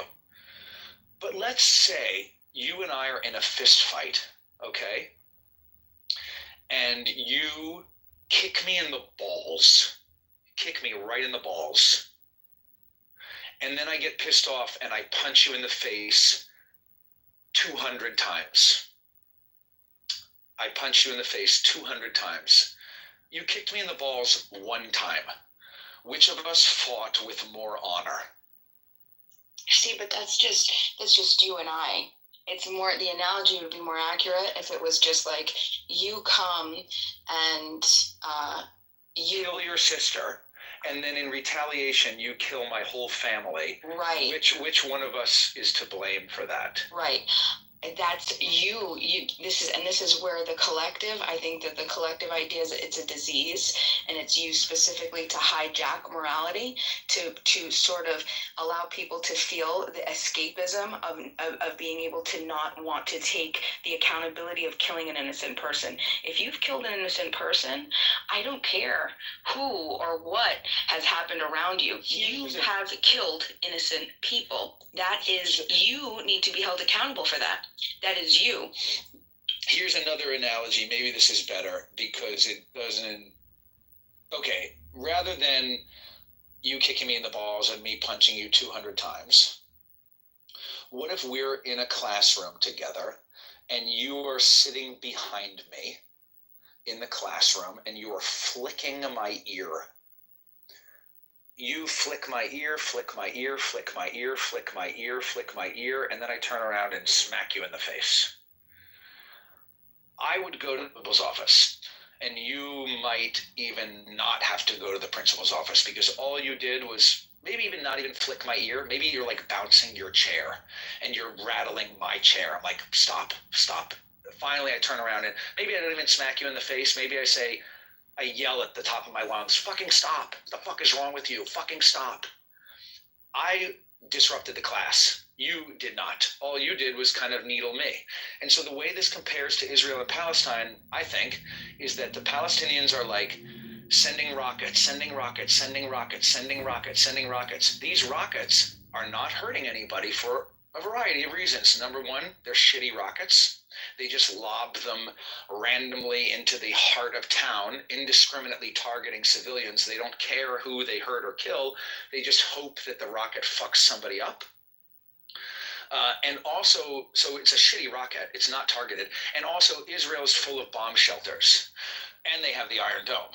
So when the rockets come in, the rockets are not really doing as much damage as one Israeli rocket. But the thing is that you don't really understand is there are rocket attacks against Israel like pretty much all day, every day. I mean, I have a siren app on my phone that goes off whenever a rocket is targeting Israel. It goes off every day. So some part of Israel is being targeted by rockets every single day. And it's like the rattling of the chair, and then I scream in your face because, yes, these rockets that you're firing, if you're the Palestinians, the rockets that the Palestinians are firing, no, they're not doing as much damage as the Israeli rockets. But, you know, there's a question of who started it, and there's a question of who's keeping it going. If there's a week of peace, and then a rocket comes into Israel, I would say that's the Palestinians flicking the ear or rattling the chair. And when the Israelis say, stop, stop, stop, stop, stop, and then the 10th time they bomb the entire fucking village, you know, it is, Israel is causing more damage. Israel is causing more death. But I don't think that that means that they are automatically morally wrong, because there aren't any bomb shelters in Palestine, and the Palestinians like to maximize civilian casualties because it makes them look more like a victim. So if they send a rocket into Israel and it doesn't hurt anybody, and then a rocket gets sent back to Palestine and 20 Palestinians are killed, in the mind of the Palestinians, they won the exchange because, yes, 20 Palestinians died. That's very sad. But all of those Palestinians went to heaven. That's very good. And also, it made Israel look bad, and that's very good. So I don't think the argument just because more Palestinians are dying means that Israel should stop attacking, should just let, like at this point, Israel's killed way more Palestinians than Palestinians have killed Israelis. So if we're just going for equal numbers, that means the Israelis have to sit back for the next 20 years and wait until like 30,000 more Israelis have been killed, and then maybe we're heading towards equal. But I don't think that that's necessarily like the simplest path to peace, is just let's wait till we've killed an equal number of each other and then let's stop. I think it's more complex than that, basically. Bima, part of your problem is you're out of the now, meaning that this whole argument always takes you out of the now. And so when you say, 50,000 Palestinians have been killed, but only 1,500 died at the supernova fest, those are totally disproportionate numbers in terms of killing. It should be more of an equal number, you know. So the point is, historically, if you look at conflicts, the U.S. has a force doctrine of 10-1. We generally lose one soldier for every 10 enemy combatants that we kill. That's the numbers. Those are the rules of engagement, meaning that as a commander, you shouldn't go engage in a battle unless you can expect to kill 10 enemy soldiers for every one U.S. personnel who loses his life. That's like a force doctrine. But secondly,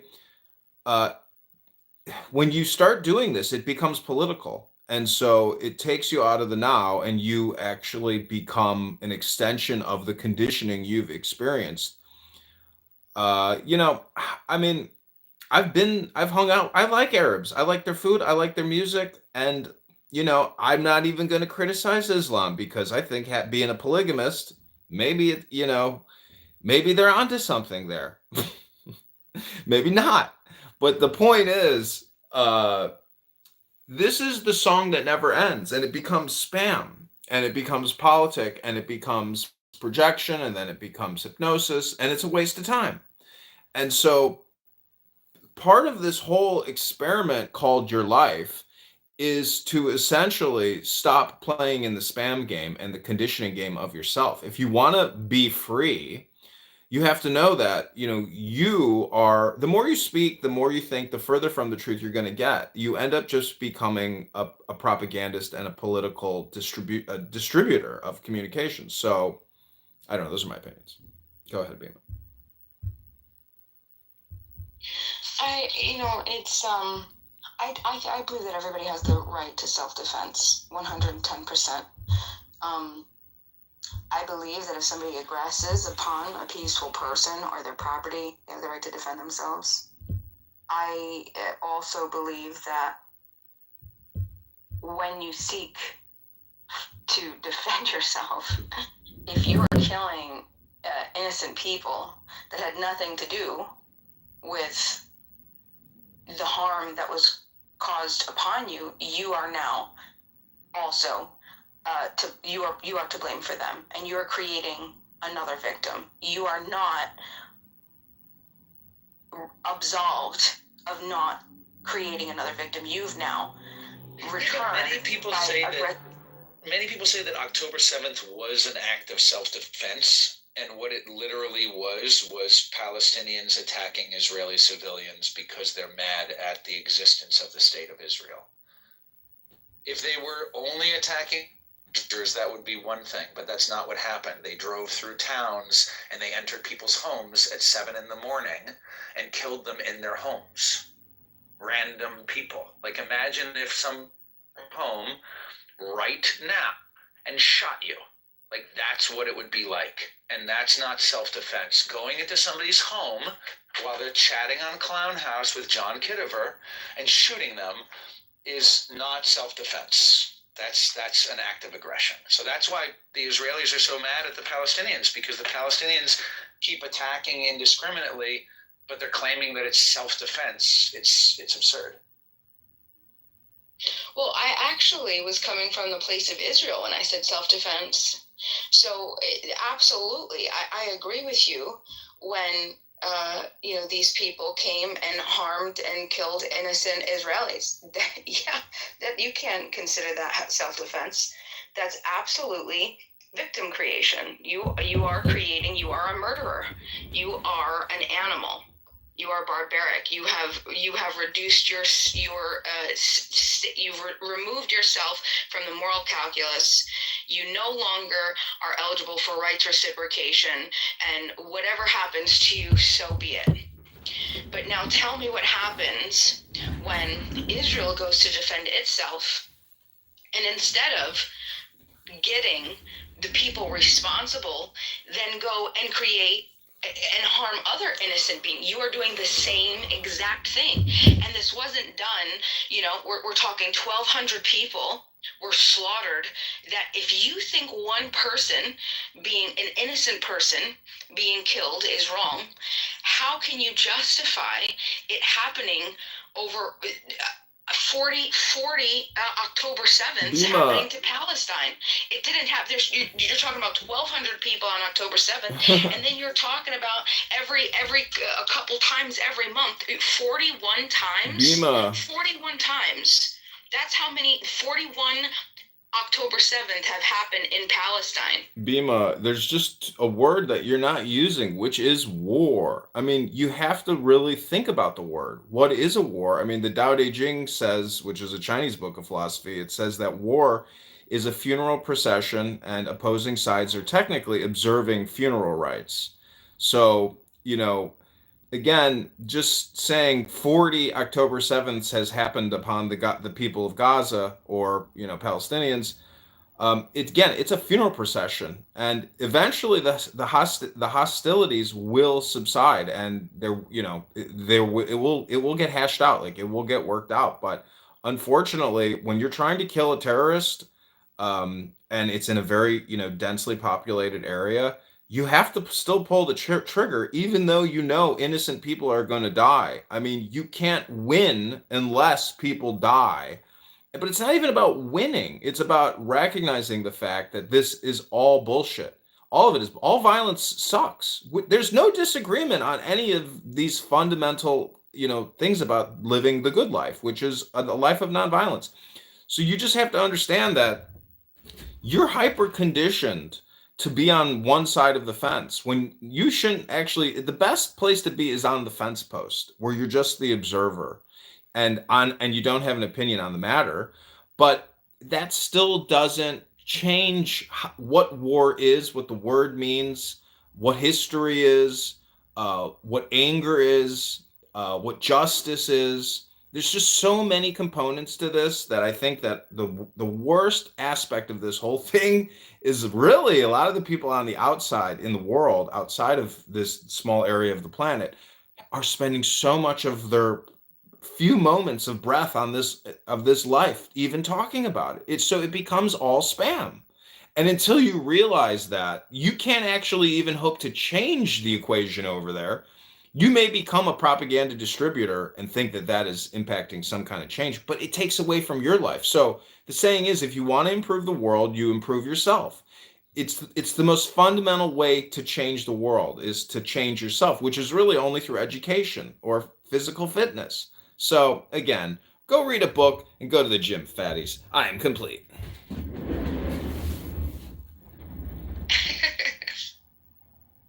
I don't disagree with that. I would just question, and I love that, right? Take care of yourself first. But I'm not going to be convinced that I'm hyper conditioned to take side X or side Y. I'm a human being who has had experiences. I understand what pain and suffering is. I think, contrary to what you're saying, I think the word war is, I think that's spam. I think that's semantic spam. And I think that that allows people to justify mass injustice, the complete opposite of justice. I think it allows the masses to believe that they're working towards something that's noble and honorable, when in fact it's nothing but a cover to mask yourself, to be able to live the next day to justify the killing of an innocent child, right? Or innocent women, people who are not military combatants. We're talking about civilians. It's not the same. I think that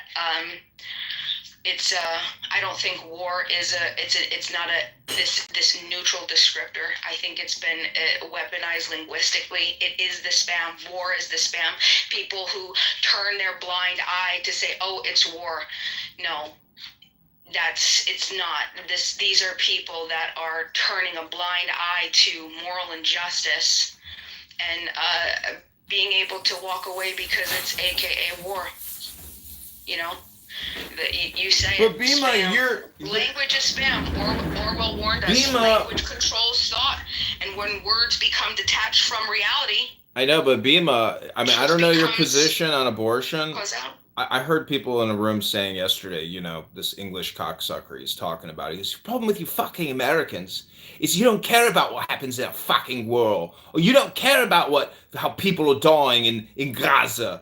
And I'm thinking, and he goes, and I'm thinking like, well, actually, if every country was just concerned with taking care of themselves, then there would be no conflict on this planet, because it's a little bit like personal responsibility. If everybody was personally responsible, we wouldn't have to have all of this social welfare and all of this debt spending.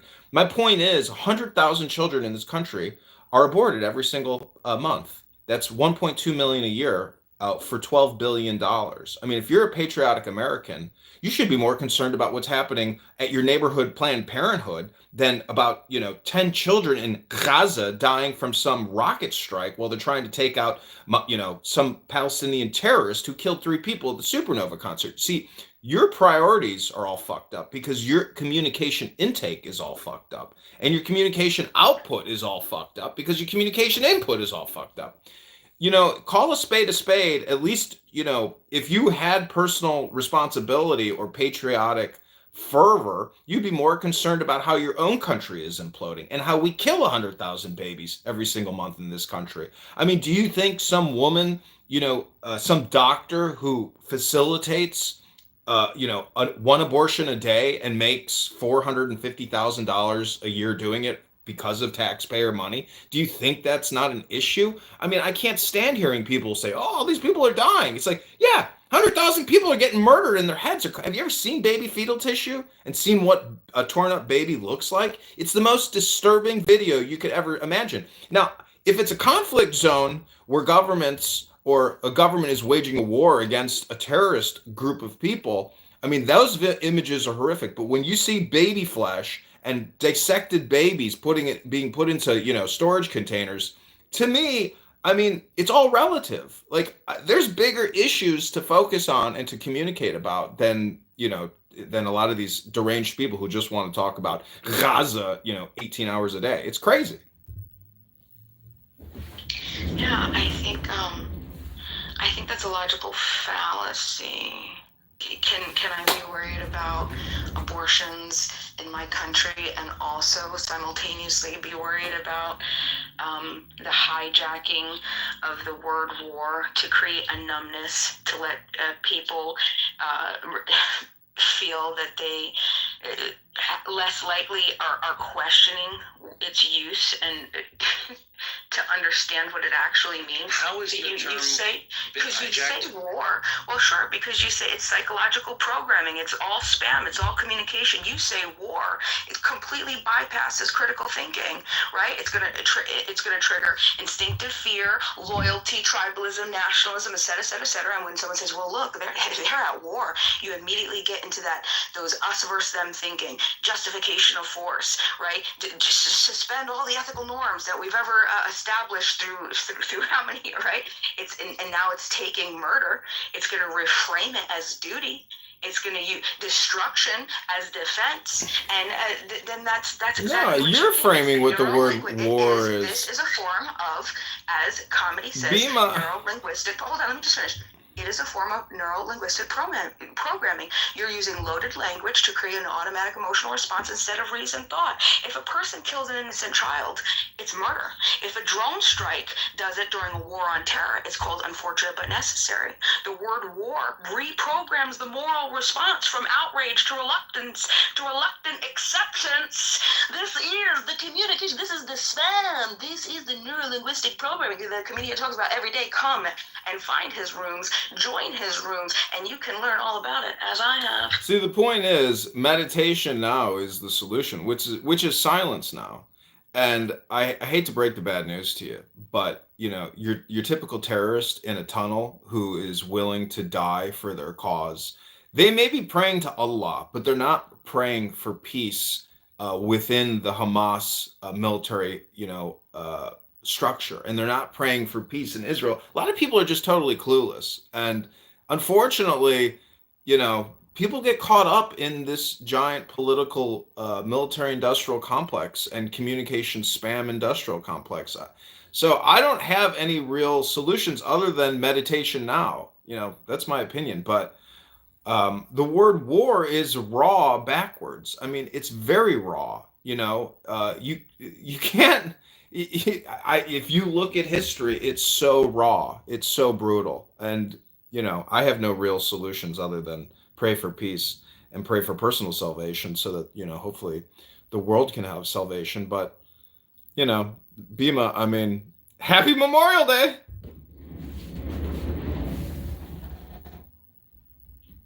Happy Memorial Day.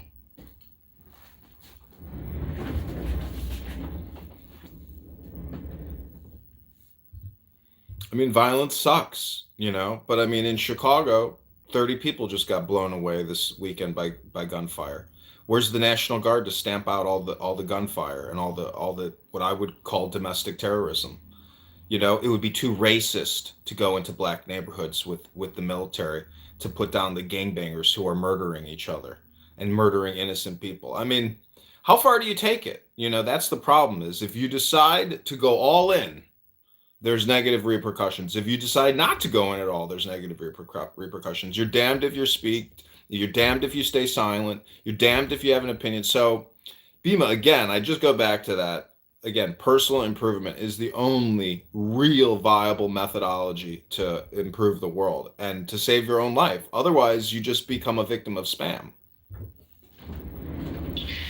Everything that you've heard here today, if you are listening to this, congratulations, you are a victim of spam.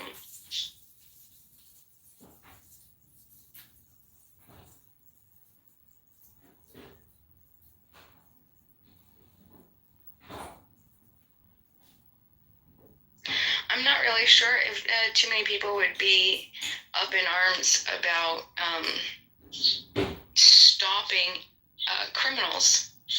I think the problem is when the coercive force is used to unjustly affect innocent people. You know what I mean? If we were to take the armed National Guard and put them in neighborhoods of a lot of crime, violent crime, who cares? As the idea is, though, is they're likely not going to just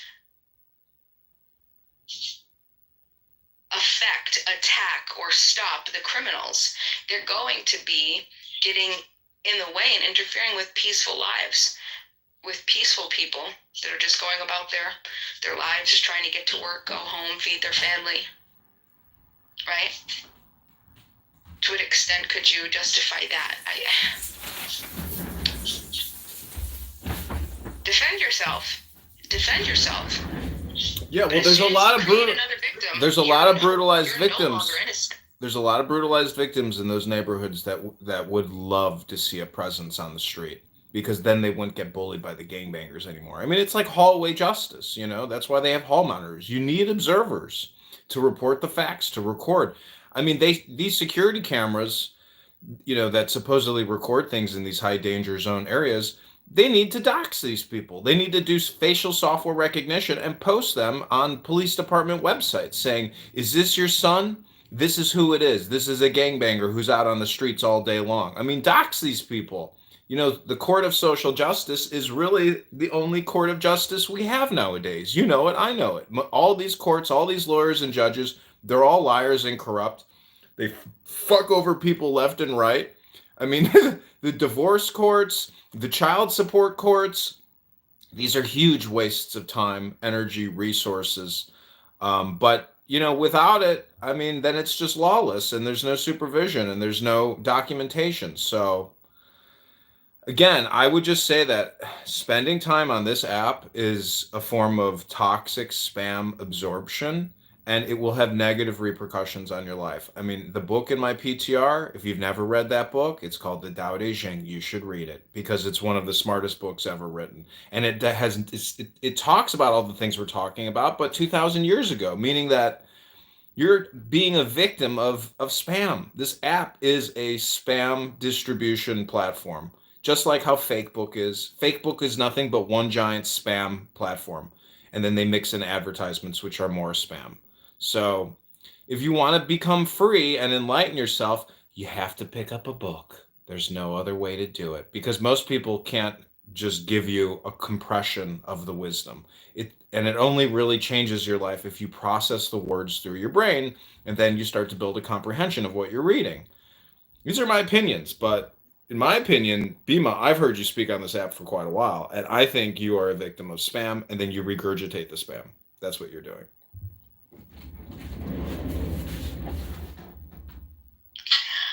Do you know what? I don't find a lot of people that agree with me here. I think usually when I take positions, they're generally the position that has the most ick, you know?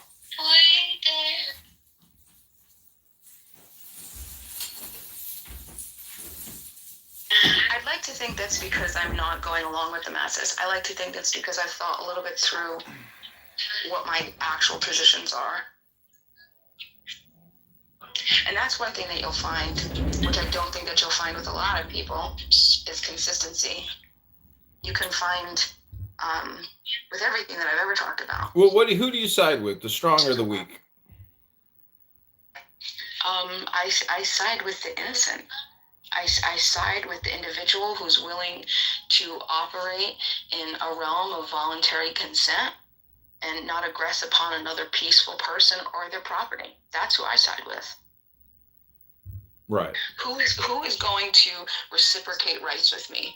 Who is going to allow me to become the best individual that I possibly can, allow me to become creative, explore my innovations, explore all of the things that I do in this small, short little life that we have, this small little, we're all little artifacts. Who wants to do that? I want to talk to you, and I'll fight next to you as well. Because I don't want to have anything to do with what you want to do with your life. I want to allow you to live peacefully, and I'll fight for that. Let's fight against the people who don't want that. Let's fight against the people who are stuck in fear and scarcity and control. See, the problem with that is it's still just spam. It's not actual meditation education. I mean, the whole point of meditation is essentially to get past these words, which are all just spam. And until you realize that words are causing these problems, it's just a question of personal development and self-improvement. I just don't see what you're saying actually changing the world, changing people's opinions, or even changing yourself. I think the only way to really change the world is to program yourself through books. And these are memories like books are people's entire lives compressed into 100 pages, and they're gone, but their thoughts and their concepts are still there. And people aren't utilizing these books. Unfortunately, most people are just using their cell phones to program their lives. And so, therefore, we have a huge problem that there will be no peace. And no, there will be no peace because the programming sucks. And your programming is just not effective enough to make any significant change. And when I asked you, who do you side with, the strong or the weak? You said, I side with the innocent. So that's part of the problem right there is, first of all, no one is really innocent for the most part. Everybody ends up being guilty of some type of crime. Nobody's perfect. You know it. I know it. But anyways, happy Memorial Day. So, chapter 31 of your book on weapons and war. Weapons are the tools of violence. All decent men detest them. Weapons are the tools of fear. A decent man will avoid them except in the direst necessity. Victory by force of arms is not something to be admired. Those who rejoice in victory delight in killing people. The condemnation, celebration of war. I don't think what you hear from, well, I'll allow the audience to make their decisions, but what do you hear when you are looking at a war in this world in 2025? What do you hear from both sides? Chapter 69. There's no greater misfortune than underestimating your enemy. Underestimating your enemy means thinking that he is evil. Thus you destroy your 3 treasures and become an enemy yourself. Even in the face of opposition, your book warns against dehumanizing the enemy. War isn't a space for righteousness or ego. It's supposed to be a last resort. It's supposed to be a defense, and it risks destroying your one's virtues. Tao Te Ching, chapter 30. Those who use the Tao to guide rulers do not use force to conquer the world. For every force, there is a counterforce. Violence, even well-intentioned, always rebounds upon itself. Think about the Israeli-Palestinian conflict. Think about what I said when you are a victim, and instead of defending yourself only upon the aggressor, the person guilty, you then create more victims. What are you doing? Force and violence upon the innocent, it's self-defeating. This justified war, there's moral, there's spiritual, there's mental harm that's involved. The Tao talks about, you know better than me. This is just quick thumb through. It looks like it's saying harmony, restraint, non-interference. See, that book, Bima, is about governance, about rulership, about personal development, about wisdom, intelligence, strategy, knowledge. You can do a superficial reading of it, but you should read it, front to back, and record yourself reading it and re-listen to it, because you can read a book superficially, and then the comprehension of the knowledge and integration of that information, which is really comprehension, can be challenging. You can't just read something once. Sometimes you got to read it twice, 3 times, 10 times to really understand it, because there's a lot of hidden messaging in there, a lot of double entendres, triple entendres, relativity. So I don't know. it's a very powerful book because it's programming, and it's programming for success. It's called The Great Way. It's the way. You could say Jesus is the way. So that's why I would encourage you to read that book. But El Normo is here. El Normo, you just missed an interesting conversation about conflict resolution, war, death, life. And happy Memorial Day to you, El Normo. Happy Memorial Day. How did I miss a good conversation? Well, Bima was just reading from the Tao Te Ching, which was talking about conflict and how violence blows back at you as the terrorists in Gaza and now the civilian population are experiencing. El Normo, how do you separate civilian deaths in conflict? Because Bima was big on proportionality. If 1,500 died in Supernova, only 1,500 should die in Gaza. That's not proportionality. She doesn't know what that word means in this context. Proportionality. I'm sorry? I'll let you go, El Norma. Go ahead. Proportionality means that the military value of a target must be commensurate with the potential collateral damage to civilians. That's what proportionality means. There is no such thing as, if you kill 10 of ours, then we kill 10 of yours. As we learned, for example, in World War II, obviously we killed far more Germans than Germans killed Brits or Americans, although we all lost a lot. The idea when the other side starts a war, as Hamas did, is to kill the other side. Just And it's up to them to protect their women and children.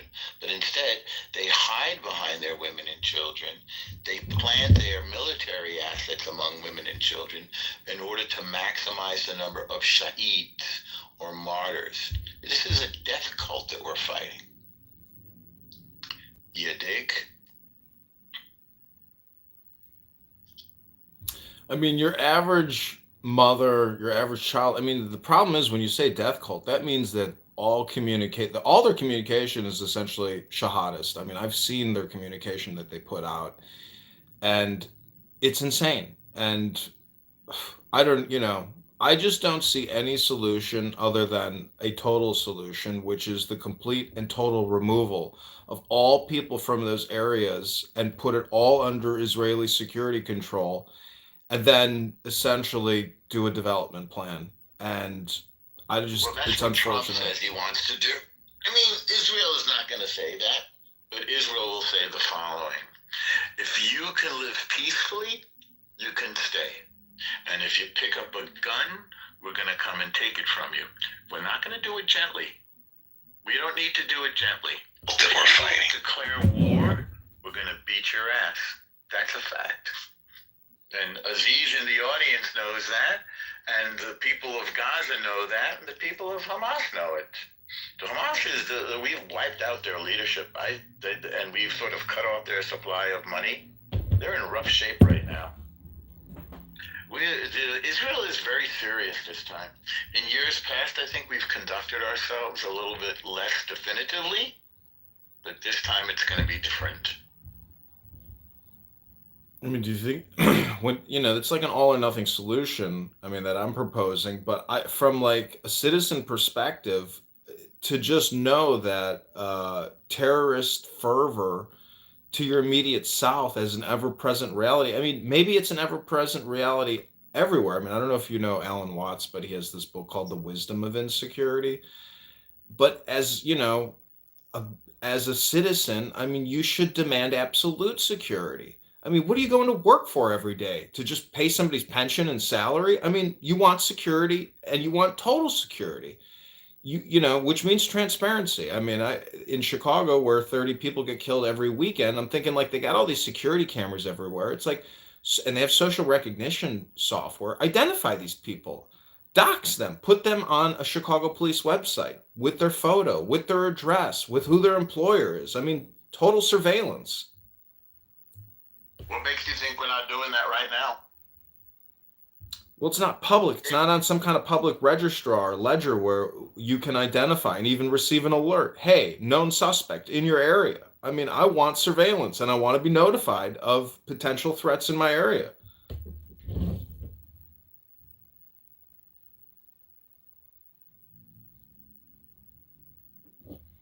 I mean, I'm talking about from an American perspective, but I mean, what's the difference now? You know, I mean, human rights are security rights, not to be killed by Islamic radical terrorists while you go to some concert, and that's a major problem. I mean, there's sleeper cells. There's individuals, who have extreme mental health disorders. They absolutely have Jewish derangement syndrome. I mean, it's all they think about. It's all they talk about. It's all the media they look at.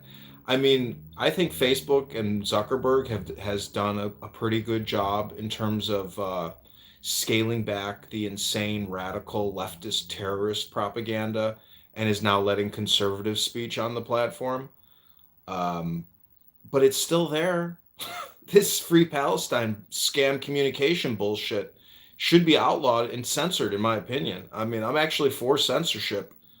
And it's basically, if you are promoting terrorist ideology and murderous, homicidal infatuation or projection, I mean, no. Like, the algorithm has to suppress this stuff. It's inflaming people. It's causing people to act out their worst programmatic tendency. I mean, it's my opinion.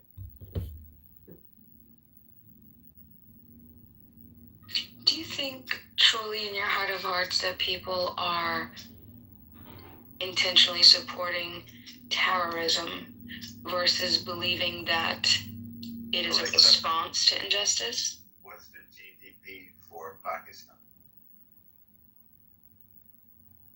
In 2023, the gross domestic product, GDP, of Pakistan was $337.9 billion. By the way, you have a new notification. You want to hear it? Yes. One new notification from Amazon. U.S. National Weather Service has issued a coastal flood statement for South Slope.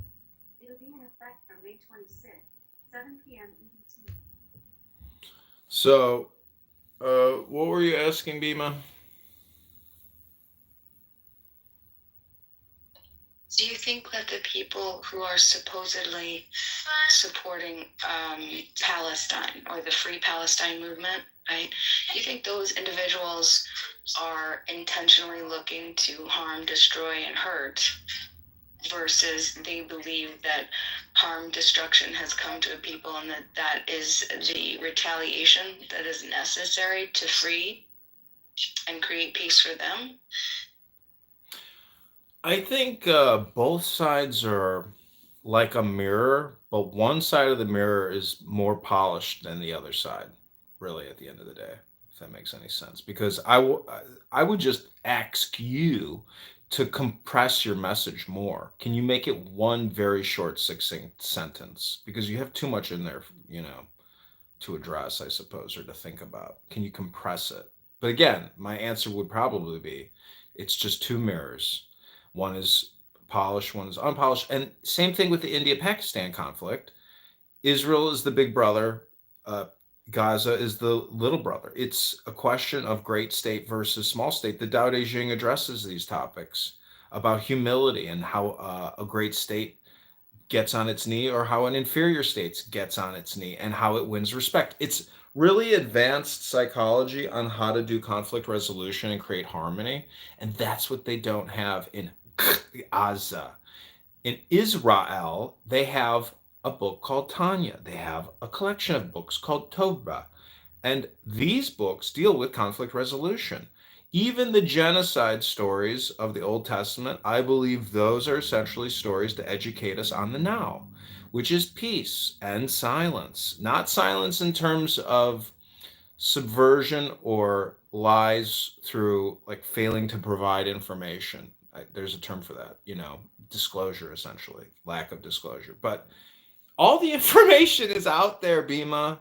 All these solutions to all these problems are out there in books. They are external programs just waiting to be infused into the human psyche of every human on the planet. But who can do that when you have to scroll up and down on TikTok for Doomsday Forever and watch a countless number of free Palestine, free Palestine. And then you got some cocksucker in Washington, D.C. from Chicago who responds to some Hamas propaganda message and then murders two innocent people, two beautiful people about to get married. You know, I mean, come on, Bima, don't you see the connection between communication and killings? It's right there. That's the perfect example of how communication kills, how direct response communication kills. It's the same thing with the television advertising industry. I used to caddy for Mr. Blywas, beautiful Jewish human being who created the direct response ad. And, you know, he made millions and millions of dollars. It's all about communication. And what we have with this conflict and many conflicts is a failure to communicate.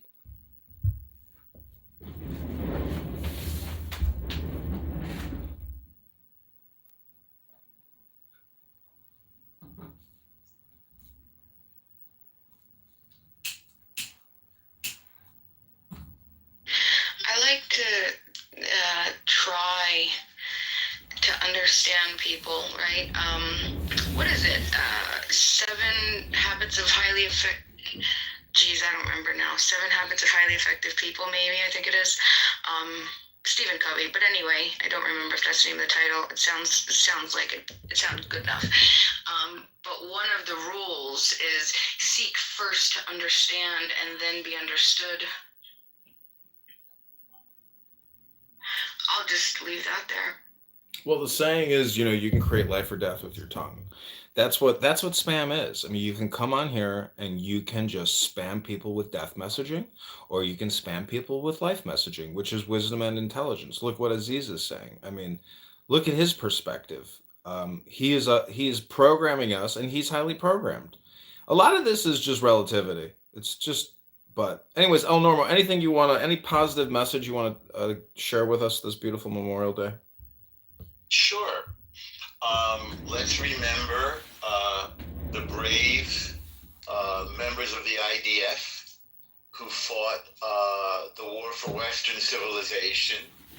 People like Aziz in the audience, they look down at Western civilization. They want barbarism. They want terrorism. They want Sharia law. They want to take the world backwards. So the question is, what will win? The forces of Western civilization and enlightenment and democracy, or the forces of murder and darkness, Sharia law, terrorism, barbarism? I believe in America. I believe in Israel. I believe in justice. I believe in the light unto the nation. And we'll see if the forces of good, like America, like enlightened democracies, triumph over evil, like Pakistan, like Hamas, Hezbollah, Houthis, Al-Qaeda, Boko Haram, Al-Shabaab, Palestinian Islamic Jihad, the Al-Aqsa Martyrs Brigade. I mean, they have a terror group for every letter of the alphabet. Why is that? Why are there so many jihadist terror groups? Because they want to take over the world and subjugate democracies. Are we going to let them do it? I don't think so. Israel isn't. America isn't. So let's hear it for those who gave their life for freedom and democracy against the forces of people like Aziz in the audience, who want to take the world back and cover women up in beekeeper suits and create grooming gangs in England and terror groups like Hamas and the Houthis. I believe America and Israel will win. Well, you know, we have the world's biggest superpower on our side. By the way, do you want to mod me, Comedy? So I can... Yeah, thanks. Yeah, Aziz, you think that the world's biggest superpower is going to lose? I would bet on the moral high ground. I would bet on democracy. I would bet on the United States. But let's just see. Aziz thinks this has something to do with race, but again, he doesn't know what race he is. Do you, Aziz? You're just some vague sort of mishmash of a fake state created by England, aren't you? Isn't that true, Aziz? And now you are living a stranger in a strange land, Aziz, waiting for the world to turn against you when it said it's had enough of your grooming gangs and your terror groups. Right, Aziz? I don't think that we have. I think we have much more in common than we don't. I think El Normo is a guy who wants peace and freedom, and I think Aziz is a guy who wants peace and freedom. No, Aziz wants Islamic domination. He doesn't want peace. Israel has always offered it's true, Aziz. Of course it is. You want to? Didn't you just say that Europe is Muslim now? See, you don't listen to yourself, but we listen to you. When you say you want to destroy the state of Israel, and you want to destroy America, and you want to destroy the West, we hear you. We understand your intention. We take you seriously. The question is, do you think we're going to let you do that? Take a look at Gaza. If you bother us, then you're going to get Gaza. That's a fact, Aziz. So take your best shot. No, I didn't say women and children have to die, Aziz. That's your guys who say that women and children have to die. That's what Yahya Sinwar said. He said that he wants his women and children to become shaheeds. Aziz, we will say prayers for your death. I'm going to leave that up there. God kill you if you're lying. You don't even know the truth anymore, do you, Aziz? You don't know up from down. You don't know left from right. You don't really speak English. We're a stranger in a strange land, Aziz. You don't really fit in, let's be honest. We don't have any interest in your terrorism, or your grooming gangs, or your lying. I hope God does give you the justice that you deserve, Aziz, and I'm sure he will. The lying is ending, Aziz. Your lies are over. It's truth time. It's time to pay the piper, Aziz. That's what's happening in Gaza. Do you think anybody wants to go put up with the terror that you guys export? You never did address that, Aziz. Why are you guys such terrorists, huh? Why do you kidnap people?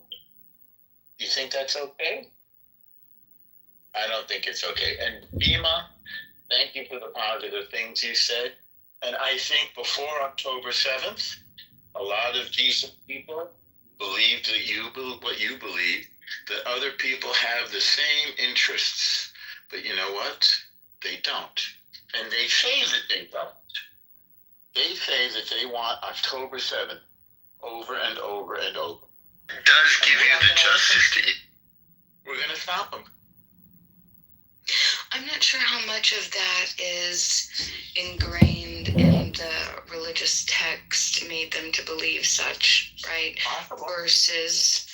Versus a people that are at a state of such despair and hopelessness and helplessness that they're in this state of Well, you know what Jews do when we're in despair? We make a beautiful country, Israel. And you know what the people of Gaza did when they were in despair? They killed their neighbors. They slaughtered their neighbors. So that's the difference. I don't excuse it. It is truth time, Aziz. It's time for us, when you say death to America, we're going to stop you. We're going to find you.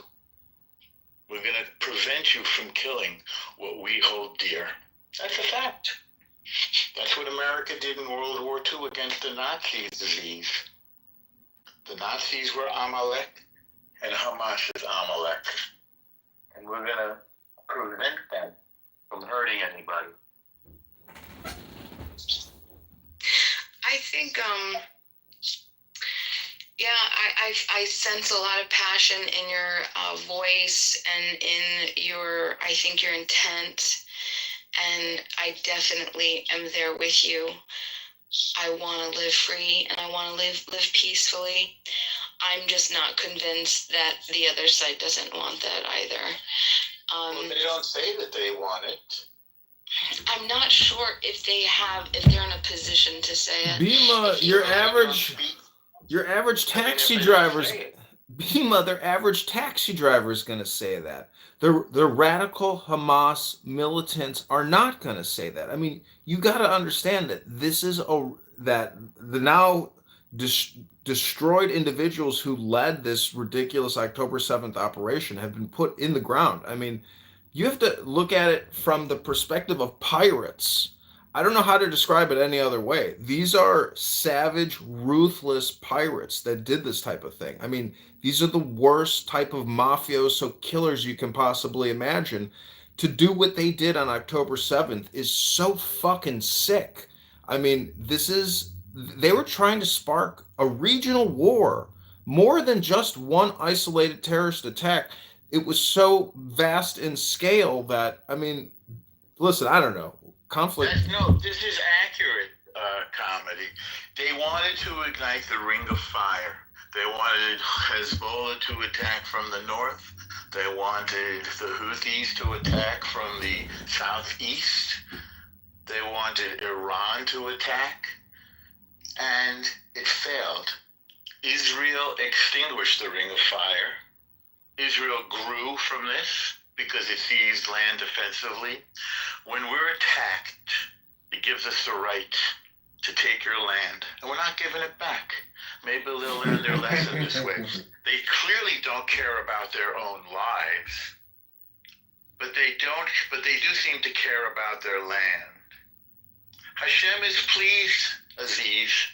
Hashem told us the following: if your enemy rises up to kill you, rise up first and kill them first. And you have risen up to kill us, and we have risen up before you and prevented you from doing your evil. You're evil, Aziz. You're evil. And we're not going to tolerate murderers on our border. Thank you for the amen, Mike. That's a fact. You're right. I'm sorry, go ahead. No, it's okay. I don't believe that Aziz is evil. Oh, well, he says evil things, and he does evil things. And I believe evil is as evil does. He's never said that he wanted peace. He just wants to hate Jews. They know that they hate Jews, and there's a reason why they hate the Jews. They hate the Jews because if we still exist, and we still have the covenant, that means that their book is false. It means that they are not the final revelation, that they're just a sort of let's just say a weak revision of the Torah, and it's intolerable to them. And I believe, by the way, that Muslims are monotheistic, that they do believe in the one God, but they're going to have to learn to live peacefully, or they're going to have a big problem, as you see in Gaza. That's a fact, Aziz. You can't get around it. How do you view Trump's meeting with the head of Syria and Saudi Arabia? I mean, the guy from Saudi Arabia is now, in every country forming negotiations. I mean, how do you view peace in at least Syria, Saudi Arabia with Israel? But I mean, Lebanon. What Trump said on his plane yesterday is that him forming deals with the Muslim nations of the Gulf and with Syria was good for Israel. And I believe him. He's gathering up the Sunni Muslims, and he's getting them onto the same page to oppose Iran, the Shia forces which want to conquer the Sunni forces. And he's strengthening them and making deals and bringing them into the fold of the Abraham Accord Syria now, by the way, Syria is in negotiations with Israel right now. They don't want to mess with Israel. Israel took out all of Syria's military assets. Yes, you're right, Aziz.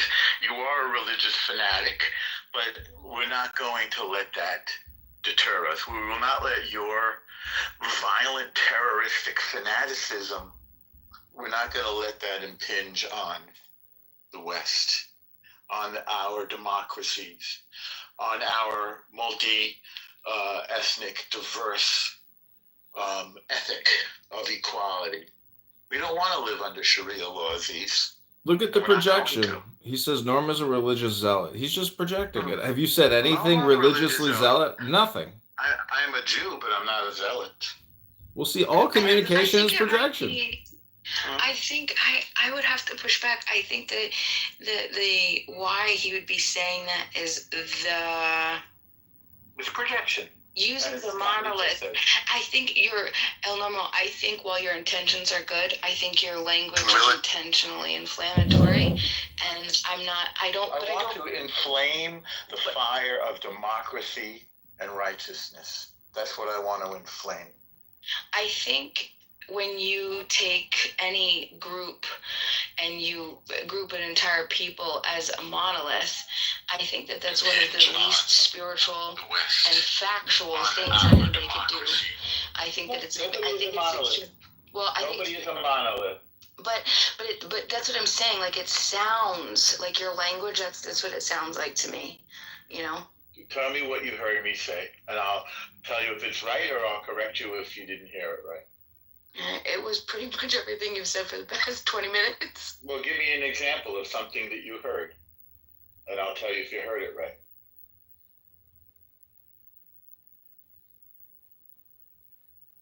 Sam, did you want to say anything?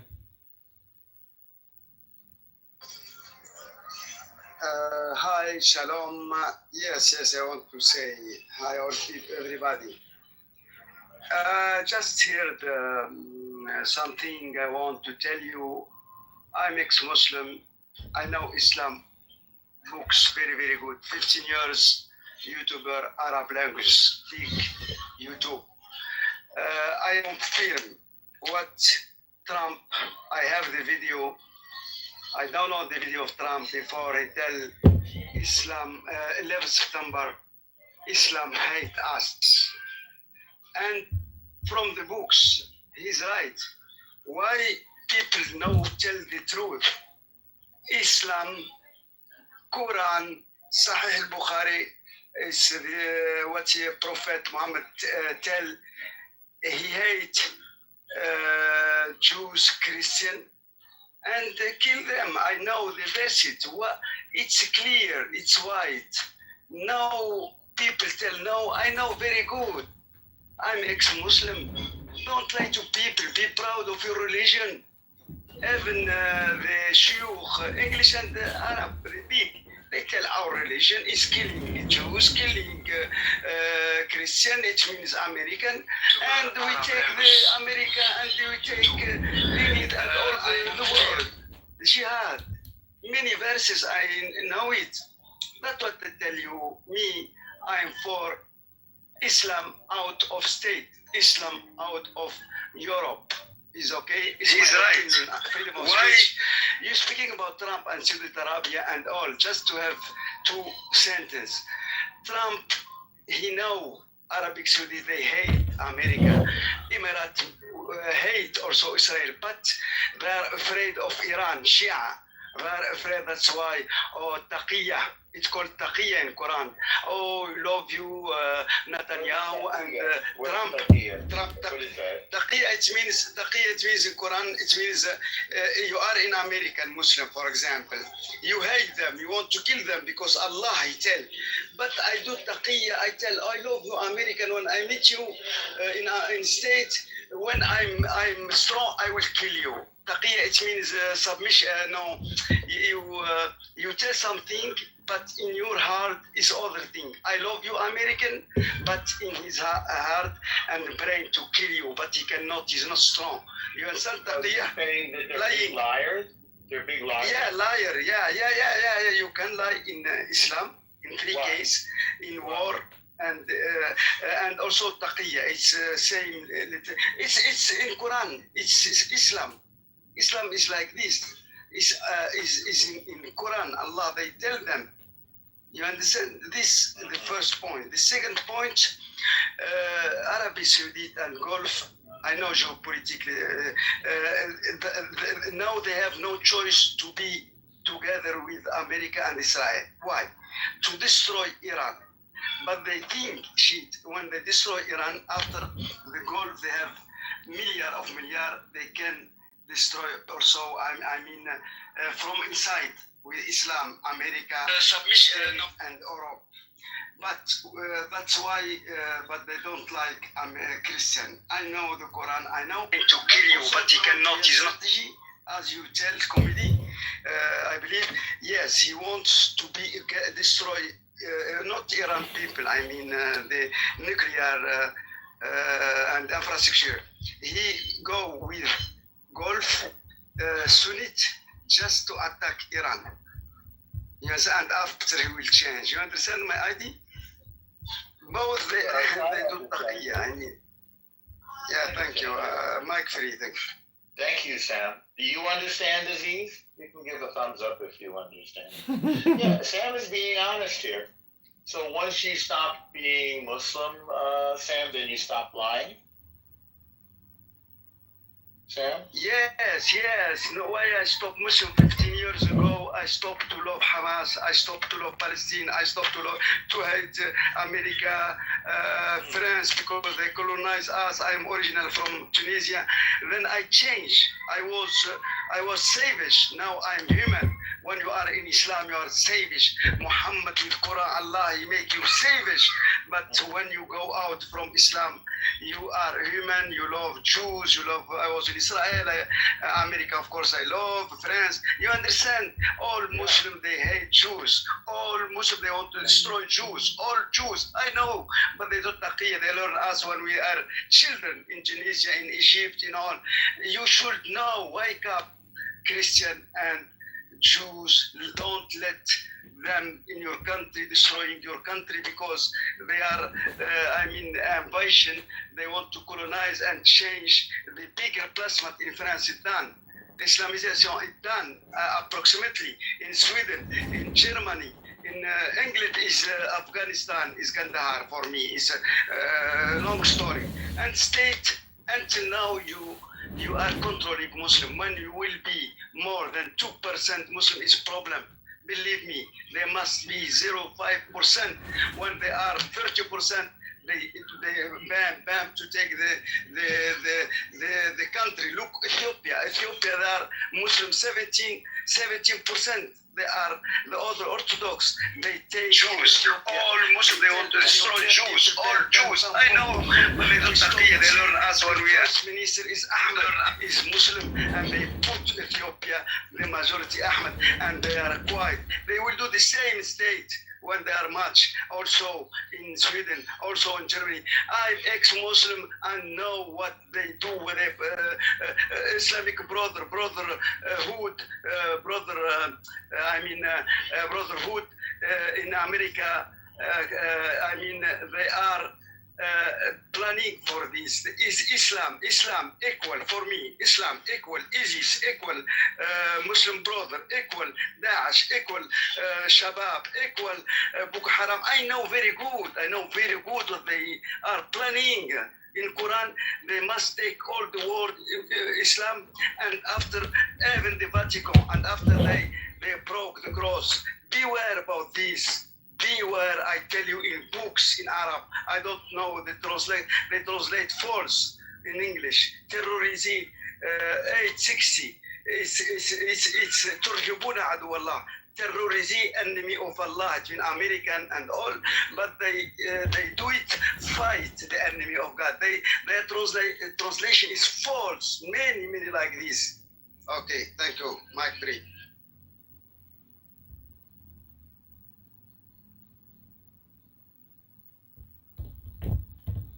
Yeah, that's really interesting. Those are stronger words than I would have been able to use to condemn this. I mean, clearly you know more about this than I do. So I thank you very much, Sam. Thank you for sharing. There's a lot of Welcome. And I add something, just add something comedy very important. Read your story, American. When 1760 like this, the first war after English army go is war with Islam. Your general, the Muslim in Algeria, North Africa, Algeria. What's name is Barbarossa. Pirate Barbarossa. They take all boats in Mediterranean. They take 2 boats, American lady, white, and general. He go before Washington, before George Washington. First war, he go to recuperate it was war with Barbarossa, Eta Barbarossa in North Africa. Read your story. The first war is against Muslim. Believe me, and the ambassador of state, he go in Libya, he speak with the minister of Eta Barbarossa. He tells them in Libya, we our Quran tell the verse 5, Surah 5, verse 5. He tell them our Allah to kill. اقتلوا المشركين حيث وجدتموهم. Kill no Muslim where you find them. You understand? Read your history, the true history, you'll find it. Thank you, Mike. Sam. Okay, we have Phoenix on the stage. Phoenix, is there something you want to say? Yeah, what the fuck?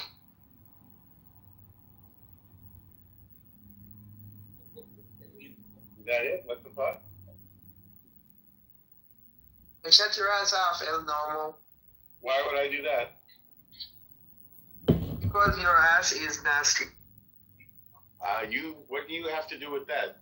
Is that something that's within your brain right now? You're thinking about my nasty ass? I just, the Phoenix just descended from the room very rapidly. Happy Memorial Day, everyone. All right, it's 11:38 a.m. CST, and the date is May 26, 2025. I want to thank you all for being here. El Normo, do you have any additional positive messages you'd like to tell the room this beautiful morning, this happy Memorial Day? Well, thank you to all of the men and women of any breed, color, nationality who died for us defending freedom on this Memorial Day. Thank you, and I hope I can be worthy of your sacrifice, and I hope I can repay it in some way. That's what I have to say, calmly.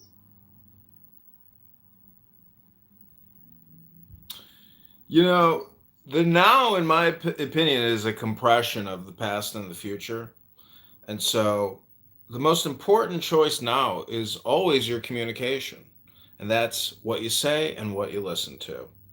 And, you know, when Moses and Aaron had to deal with God and the golden calf and the, you know, the angry people, Aaron commanded them to take the gold from their ears. So part of the biggest problem with a lot of these spammers on this app is they actually get a lot of ears to look at their spam. And that's the problem with toxic communication, is if you do scratch a bigot's itch, he's going to look your way. But anyways, I'm just saying that so much of the communication here is political. Be worthy of your sacrifice. Yeah, I hear you. I think the most important thing is not to take this app seriously. I just view it as, it's like Facebook. It's all spam. Everything is just spam. It's a question of awareness of how much time you're giving to spam. And then you can course correct and optimize your life or counteract the spam in a creative way. It's like transmutation or synergy. You have to kill 2 birds with 1 stone on this app. Otherwise, you become a victim of spam. Yeah.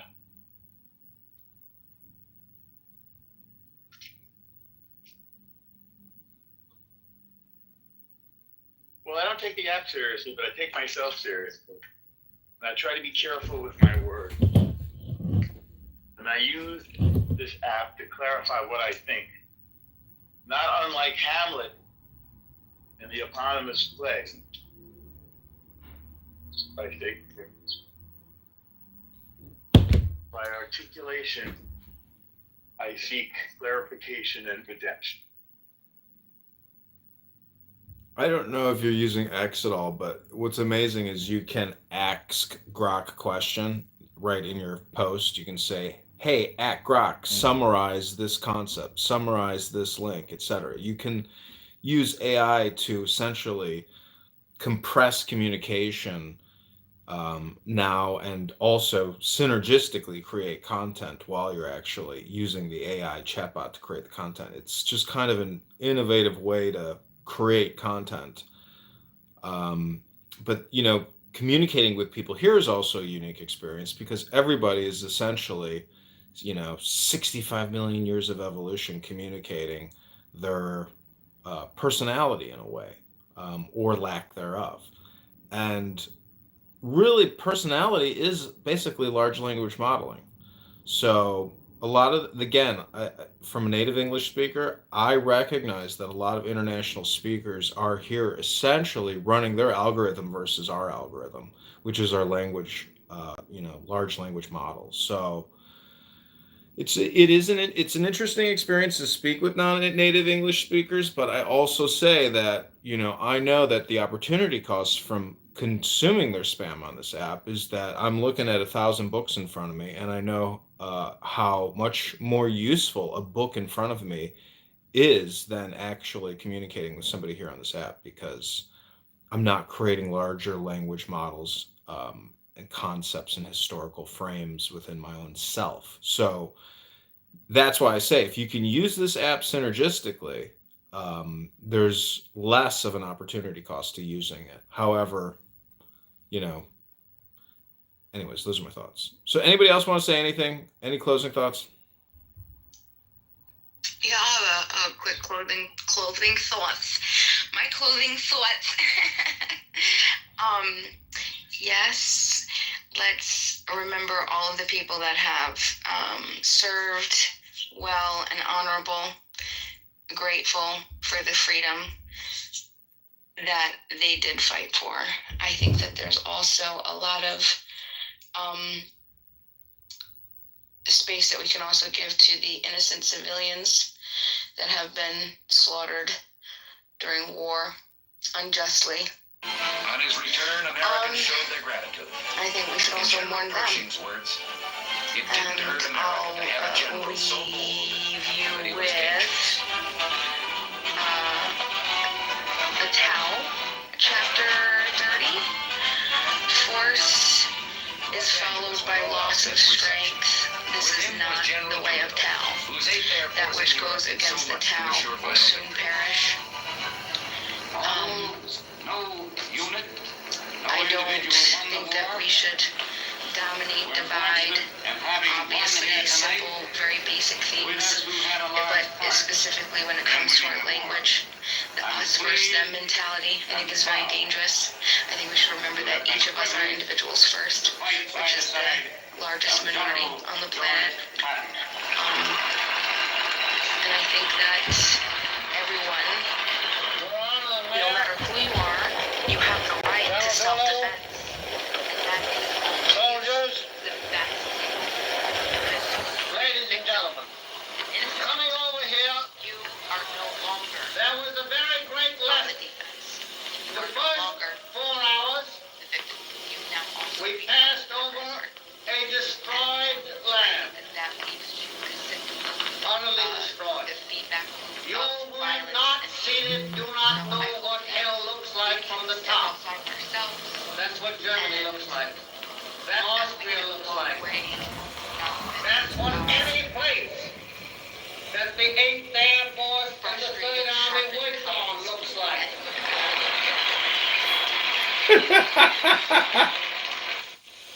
You must remember this. That from Brest to various towns and and Austria, whose names I can't pronounce, but whose places I have removed.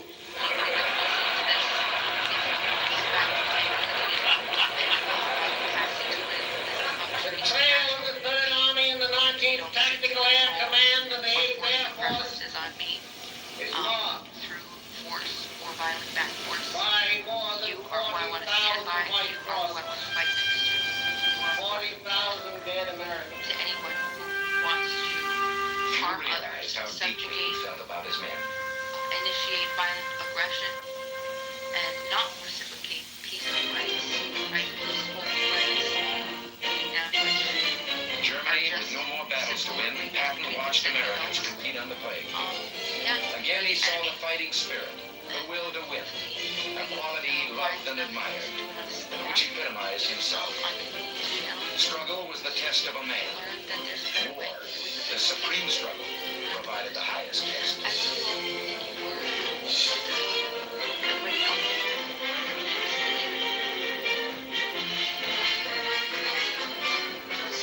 Thank you, Committee Dima, for the room, and how America is very great, America, and beware about, I hope not America one of those days, they will be like Europa, bigger plasma, Islamization, balkanization, Afghanization. I hope not. Bye-bye. Thank you very much.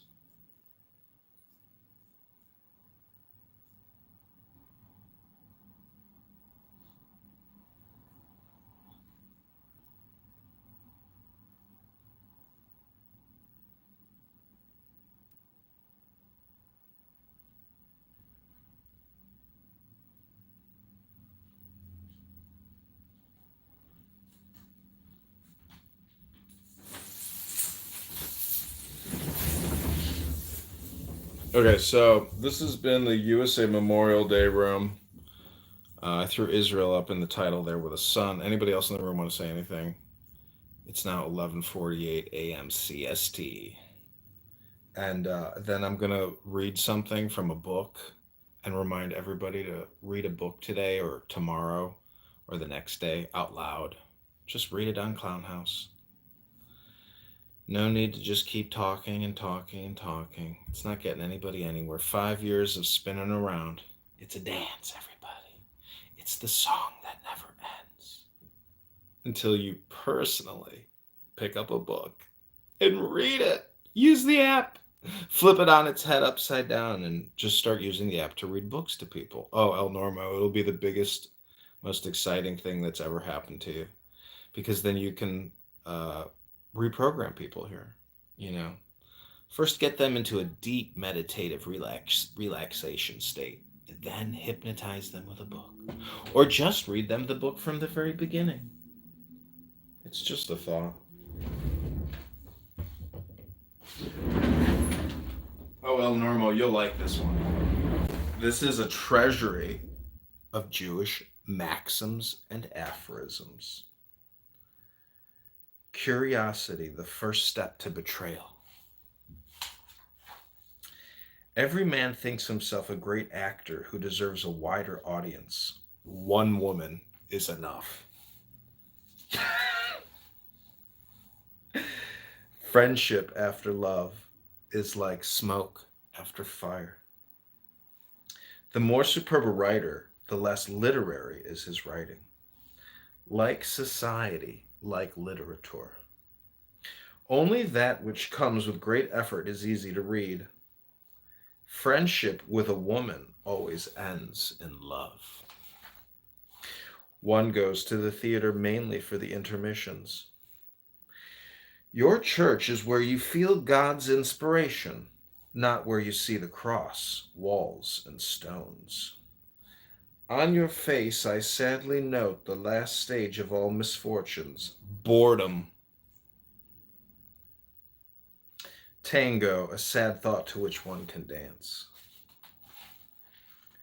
One needs to learn death as we learn life. Love makes discoveries. Dissipation makes inventions. Never, a silly word.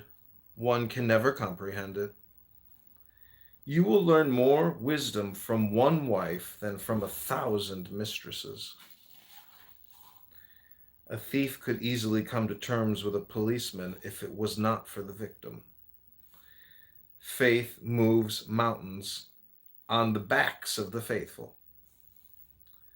Once I faked virtue, now I fake desire. An ounce of gain, a pound of envy. A friend in need is a friend indeed, but it's better to feed illusions at a good dinner. The women I dreamt of never refused me. God makes so many beautiful women, but they always scold a womanizer. Experience God's gift when you no longer need it. Who has loved 100 times does not know love. Big quarrels should be settled with little losses. More courageous is he who fears not the whip but fame. When 1,000... Is this Epictetus? No, this is a treasury of Jewish aphorisms. Wow, they're very good. Thank you. Yeah, sure, they are good, aren't they? I like this book. It's they're very quick little eureka moments. They're very great, reflective, and wise tools. When 1,000 sheep realize that they have 2,000 horns, watch out, shepherd and sheepdog. An empty head nods more easily. Do not desire your neighbor's wife in vain. Tragedy to fall in love with a face and marry the whole woman. Throw a lucky man into water and he'll surface with a fish in his mouth. Life, a lifelong death sentence. A pessimist says all women are loose. An optimist does not, but he has hopes. Fidelity, a strong itch with a prohibition to scratch. Even the most beautiful legs end somewhere. The difference between camels and men: a camel can work a week and not drink. A man can drink a week and not work. A horse has 4 legs, one at each corner. Choroba, megalomania. A new sickness, megalomania. That's metalomania, like military soldiers get medals. Conscience, that quiet voice which whispers that someone is watching. Egoist is someone who cares more for himself than me. A virtuous girl never chases after boys. Whoever saw a mousetrap chasing mice? Success, something your friends will never forgive you. Raisin, a worried grape. A flea, an insect which has gone to the dogs. Corpus delecti, a delicious body. In partibus infidelium, she is unfaithful, but only partly. Wit is a very important part of a woman's outfit. You can never be too picky when choosing parents. Nothing moves a man as much as the tears of the woman he begins to love, and nothing irritates him as much as the tears of the woman he loves no longer. Love is a dainty golden little box in which you will find a carefully prepared and concealed little bill. The most important things in life happen only once. What the shell absorbs in youth, of that it will smell in old age. The way is never long to one's beloved. Love without money, gateway to misery. A good wife is the husband's crown. Where the tail rules, the head blunders. Where the devil can't manage, he'll send a woman. Mother's voice is God's voice. She is not the mother who bears, but the one who rears. A guest in the house is God in the house. What one thinks when sober, one says one when drunk. The tavern will not spoil a good man, nor the church mend a bad one. As Jacob to God, so God to Jacob. Who digs pits under others falls into them himself. The man has not yet been born who can please everyone. Do not shoot with powder when you can shoot peas. God guards the guarded. The drowning man clutches at a razor. Better an ounce of luck than a pound of gold. The violin does not play for everyone. Money is a good servant, but a poor guide. The threshold's too high for my feet. Dog barks, carriage rides on. Go into debt, but make a good showing. Who wants to hit a dog will find a stick. The master's eye fattens the horse. Shake a hoe at the sun. To a wise head, 2 words are sufficient. The word flies out a sparrow, but comes back an ox. Okay, that's a treasury of Jewish aphorisms. I hope you enjoyed that. Happy Memorial Day.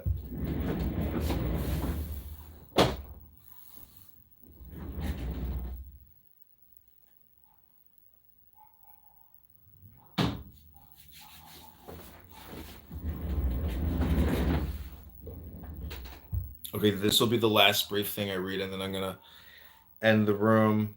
These are the golden sayings of Epictetus. I'm just going to read 2 pages and create some YouTube videos. These are 60-second clips. I would categorize this as Greek or Roman philosophy, and I think it's pretty profound.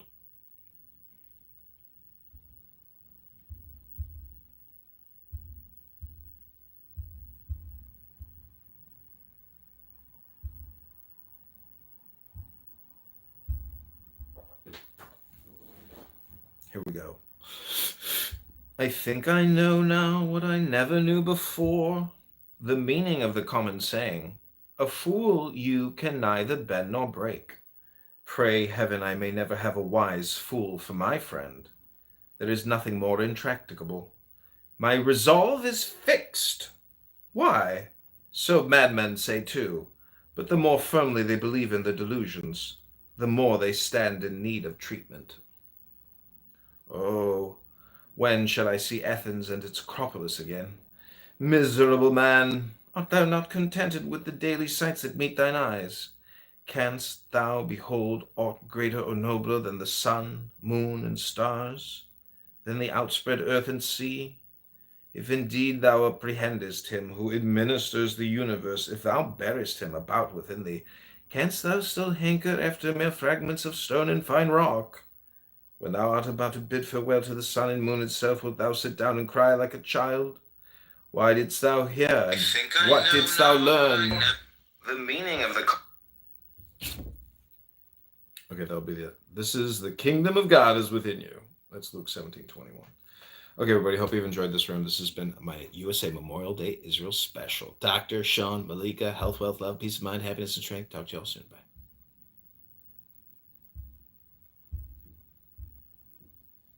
Mm-hmm.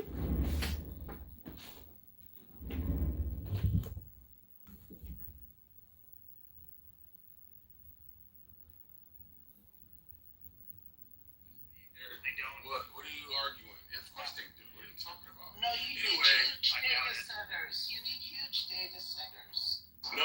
Require a lot of electricity. No, so the programming and the data is separate things, right?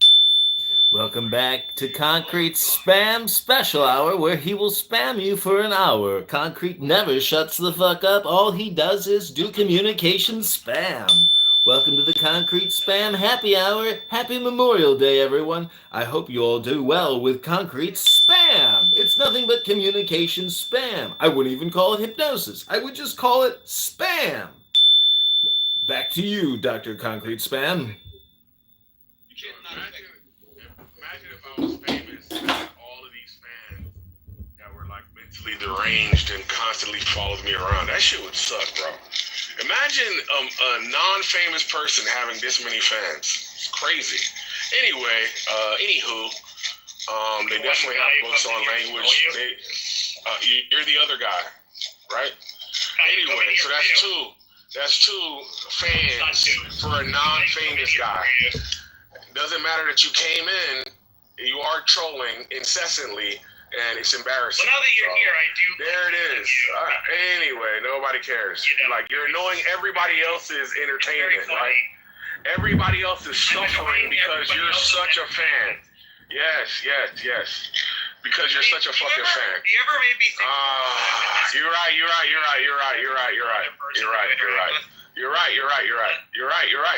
Okay.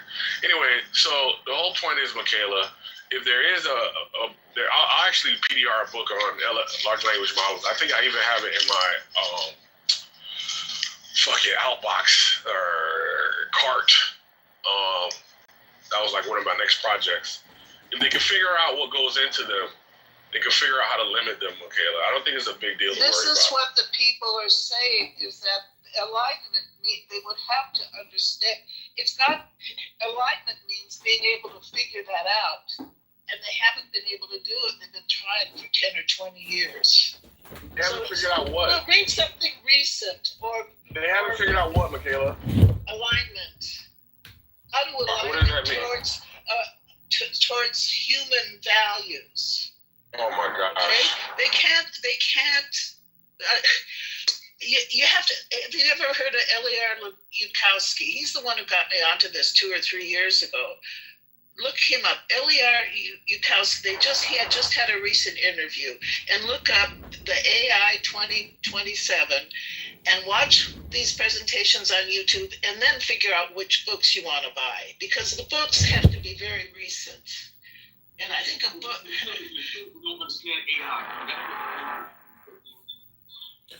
Welcome back to another episode of Clown House Spam Communication, where for the next 5 to 50 minutes you will be spammed relentlessly with spam. Congratulations, everyone, on participating in this spam social experiment.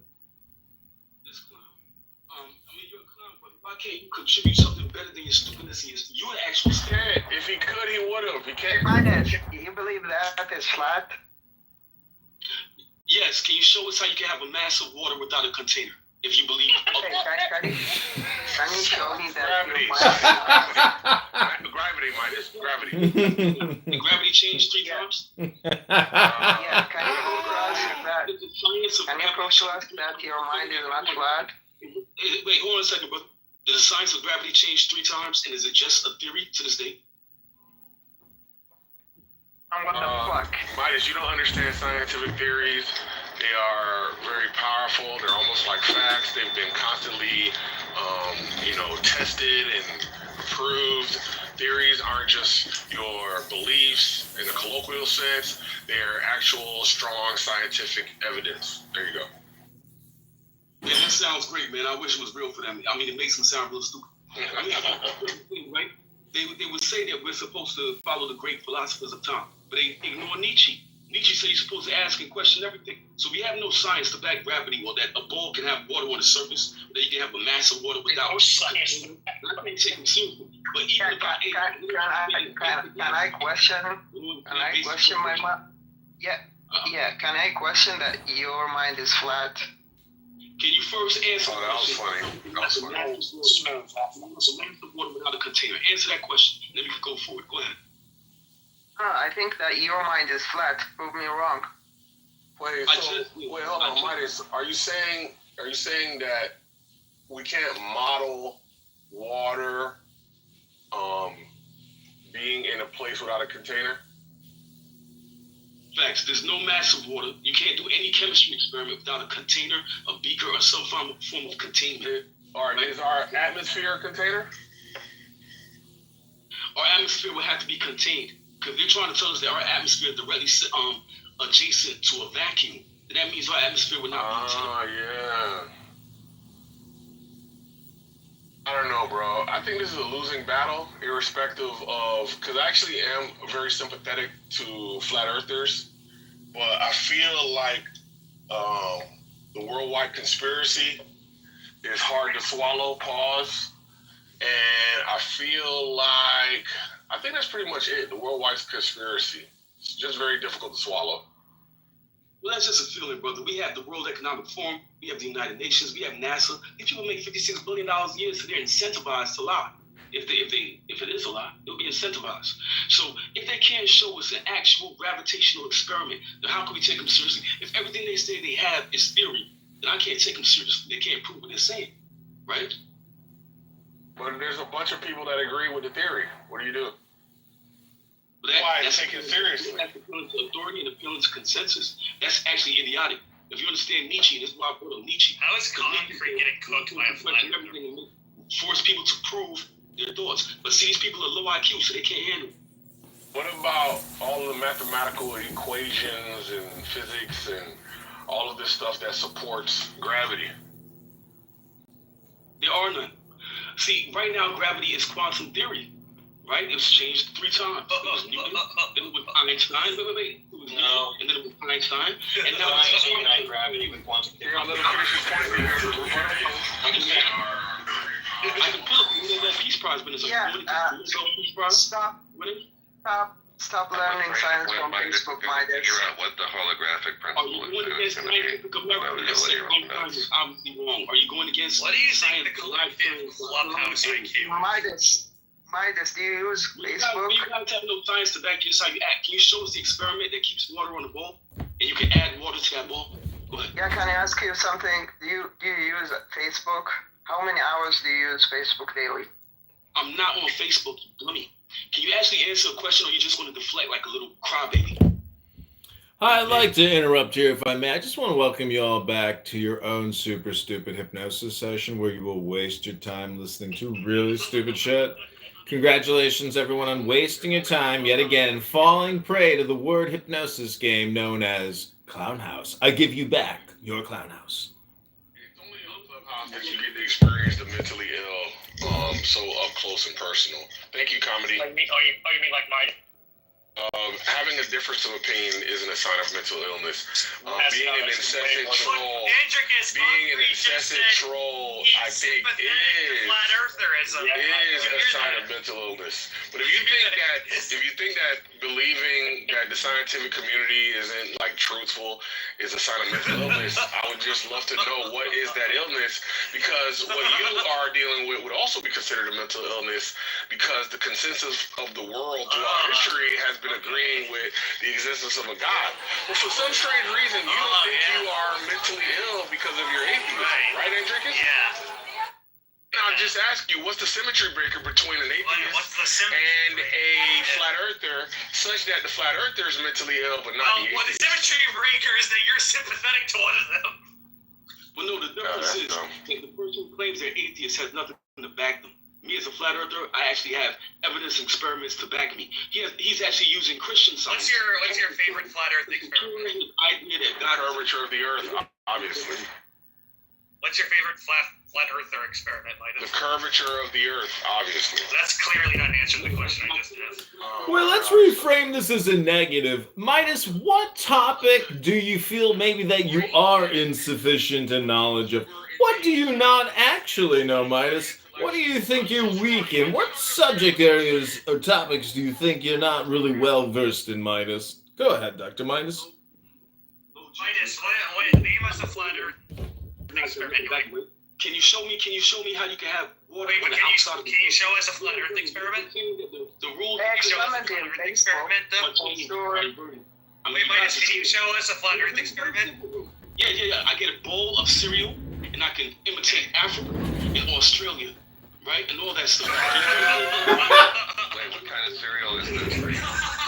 So you use Fruity Pebbles to represent America, and you use Cocoa Pebbles to represent Africa. But after a while, doesn't all the cereal tend to mix? And do you use whole milk or 2%, Dr. Midas? People are like repulsed by you, right, Piper? You know, everyone's like repulsed by you, but they're nice to you because they know you like mentally fragile. You know that, right? Okay, Concrete. You take advantage of it by being an obnoxious weirdo. You got it, Concrete. No, is that clubhouse spam, clubhouse politics, clubhouse projection? What type of spam is that exactly, Dr. Concrete? Be so fucking obnoxious. Tone it down a little bit. Anybody. So the strange flat Earth experiment was you take some cereal and like container it for some reason. Now you can have a mass of water without a container. Can you get a cup of water to drink without a cup? Go ahead. Interesting. I never thought about it that way, Dr. Midas. Have you ever taken a sprinkler and just sprayed it up in the air and caught all the driblets and the water coming down in your mouth as it makes you all wet, Dr. Midas? Have you ever been to the park where they let the drinking fountain just run on auto and you're drinking from the drinking fountain and consider that the earth is flat and maybe you don't know the truth of the earth or the math? How does the water just keep coming out of the drinking fountain without even pushing the button? How did those mechanical geniuses get the water to flow? It's called pressure, and that water comes from a container within the drinking fountain. Dude, people on Clubhouse are fucking wild. Reservoirs which are leading to the drinking fountain. So again, you're pointing to containers. Can you show us how you can have a mass of water, more than 1 or 2 droplets? Not Can you condensation. repeat the cereal experiment for us? Yeah, my cereal experiment was better than anything nasty ever brought. What do you have?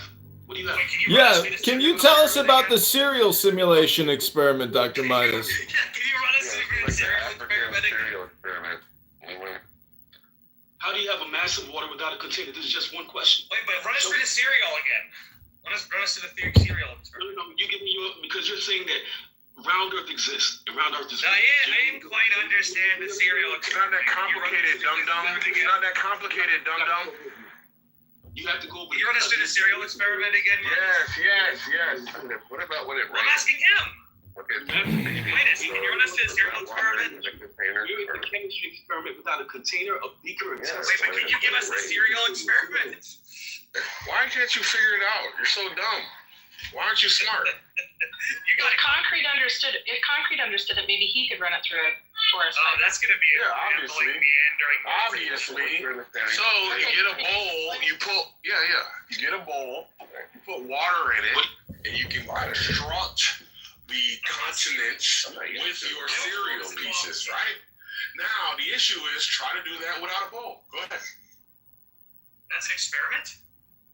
Yes. What is it testing? If you get a bowl haircut at 3 p.m. on a Friday and they charging you $20 for a bowl haircut and they don't even give you the fame, I'm just asking a question here. Welcome back to another episode of Clown House Hypnosis, where people talk about anything and everything. It's a total waste of time. It's political. It's projection, it's hypnosis, and it's spam. And it's generally very low IQ, talking about nothing and wasting all your time. Anyways, I'll give you back the mic. Thanks for listening to my little interlude. I'm going to go read a book and go to the gym. I am complete. I give you back to your spam. Yeah, your brain deadedness was too powerful for me. Yes. The brain rot has fully set in. The name of this room, bro, is called Brain Rot. That's the smartest insult I've ever heard in my life. Welcome back to another exciting episode of Brain Rot. It's a banger. It's called Brain Rot. Welcome back to the Brain Rot. Hi, everybody. To all the brain rot sufferers out there. Bob, can you help us out, bro? What do you mean? What's up? Welcome back to the Brain Rot. Welcome back to the Brain Rot. That's right, it's all Brain Rot. Comedy, Bob. Come on, Bob. Well, hold on. I have to change so you can raise your hand. Well, this is showing you a little IQ. Can you move comedy to the goo? I was asking you about the rain clouds. So there's no container for that water. It's up in the sky, flying around. There's no container. We're so fucking obsessed. Welcome back to the brain rot. You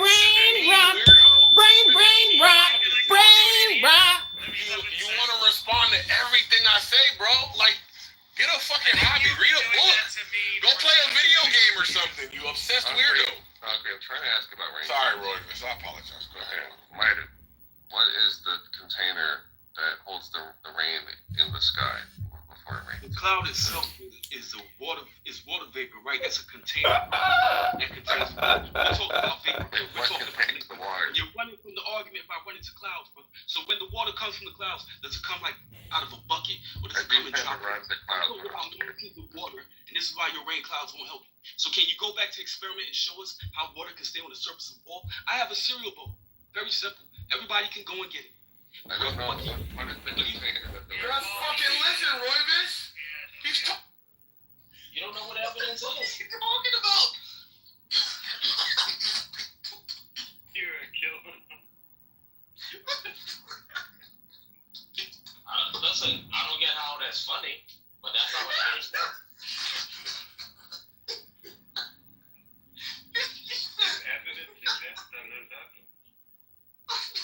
The evidence is this. Look, there's no fingerprints. There's no fingerprints on the gun. The evidence is pointing to no fingerprints being on the gun. That's what the evidence is. No fingerprints being on the gun. And they claim that they want to use the bolster it, right? Hey, a ghost did it. My evidence is there's no fingerprints on the gun. It isn't good evidence. But that's what it is. It's evidence. No, it's not.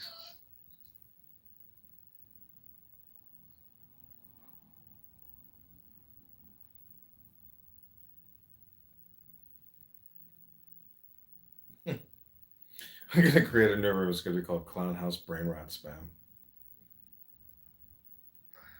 Niggas steady coming in. I'm on my ear, but comedy pop up, boy. Let's see how funny you will. He gonna put us on his YouTube. He's so irritating. Oh, you know it's not funny. Yeah, this nigga. That shit's Okay, this is Clown House Brain Rot Spam.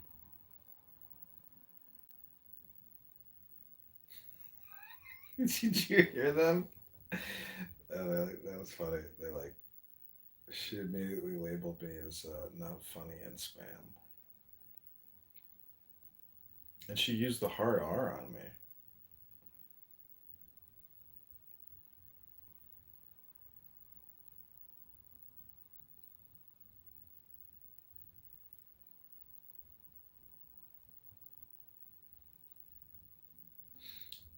Okay, this is Clown House Brain Rot Spam.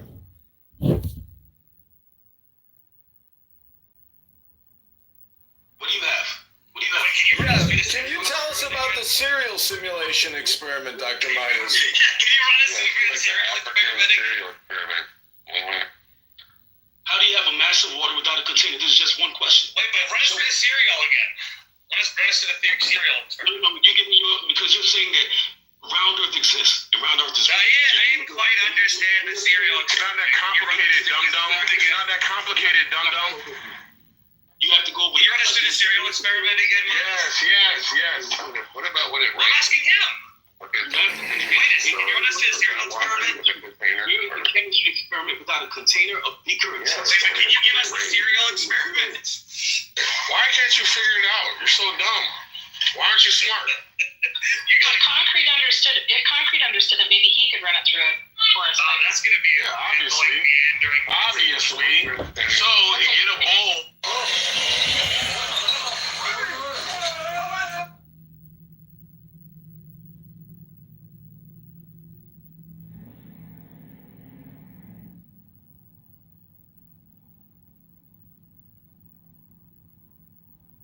Poor hacks, and let them be turned out to grass. Proof is only possible in mathematics, and mathematics is only a matter of arbitrary conventions. And yet doubt is a good servant, but a bad master. A perfect mistress, but a nagging wife. White is the lash of the overseer.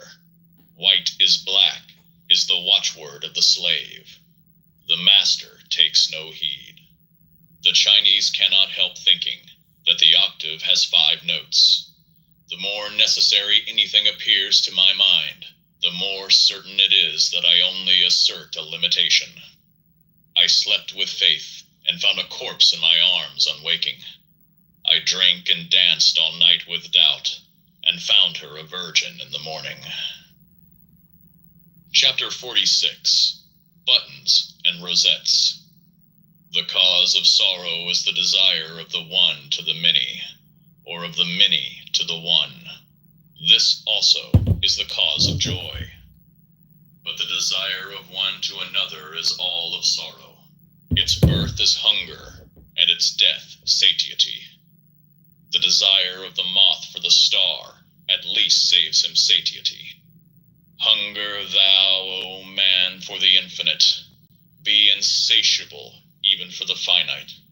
Thus, at the end, shalt thou devour the finite and become the infinite. Be thou more greedy than the shark, more full of yearning than the wind among the pines. The weary pilgrim struggles on. The satiated pilgrim stops. The road winds uphill. All law, all nature must be overcome. Do this by virtue of that in thyself, before which law and nature are but shadows.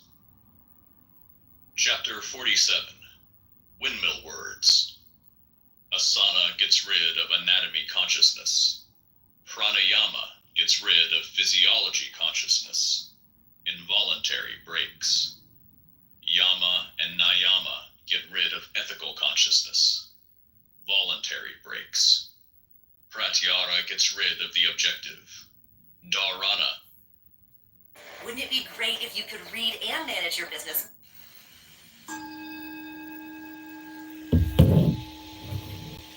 Nan-in, a Japanese master during the Meiji era, received a university professor who came to inquire about Zen. Nan-in served tea. He poured his visitor's cup full, then kept on pouring. The professor watched the overflow until he no longer could restrain himself. It is over full, no more will go in.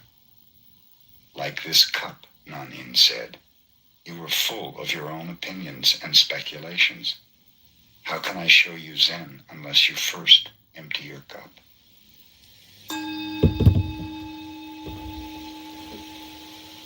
Gudo was the emperor's teacher of his time. Nevertheless, he used to travel alone as a wandering mendicant. Once when he was on his way to Edo, the cultural and political center of the shogunate, he approached a little village named Takenaka. It was evening and a heavy rain was falling. Gudo was thoroughly wet. His straw sandals were in pieces. At a farmhouse near the village, he noticed 4 or 5 pairs of sandals in the window and decided to buy some dry ones. The woman who offered him the sandals, seeing how wet he was, invited him to remain for the night in her home. Gudo accepted, thanking her. He entered and recited a sutra before the family shrine. He then was introduced to the woman's mother and to her children. Observing that the entire family was depressed, Gudo asked what was wrong.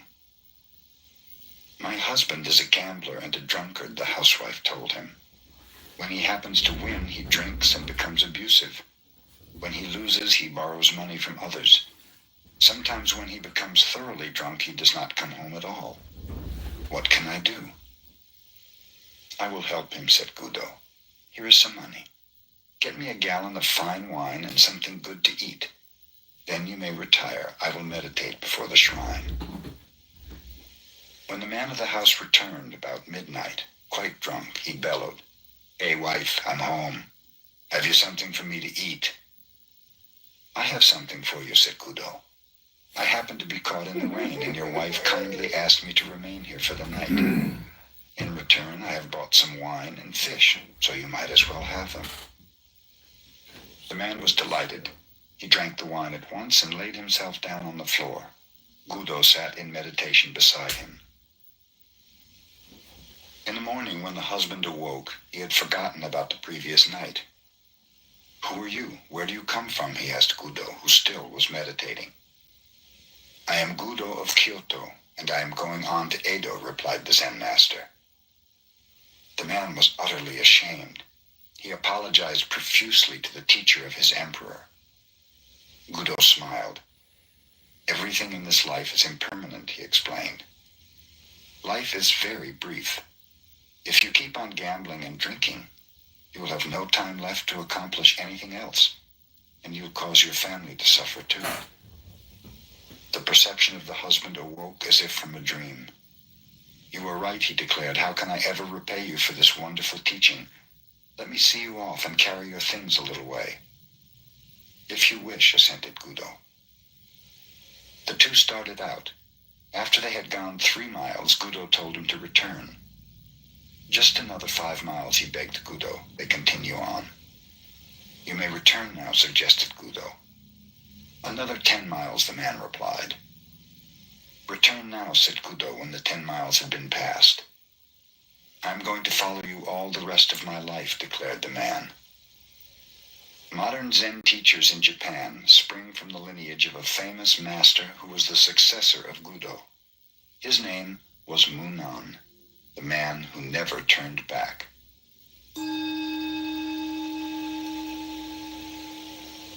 The Zen master Hakuin was praised by his neighbors as one living a pure life. A beautiful Japanese girl whose parents owned a food store lived near him. Suddenly, without any warning, her parents discovered she was with child. This made her parents angry. She would not confess who the man was, but after much harassment, at last named Hakuin. In great anger, the parents went to the master. "Is that so?" was all he would say. After the child was born, it was brought to Hakuin. By this time, he had lost his reputation, which did not trouble him. But he took very good care of the child. He obtained milk from his neighbors and everything else the little one needed. A year later, the girl mother could stand it no longer. She told her parents the truth, that the real father of the child was a young man who worked in the fish market. The mother and father of the girl at once went to Hakuin to ask his forgiveness, to apologize at length, and to get the child back again. Hakuin was willing. In yielding the child, all he said was, "Is that so?"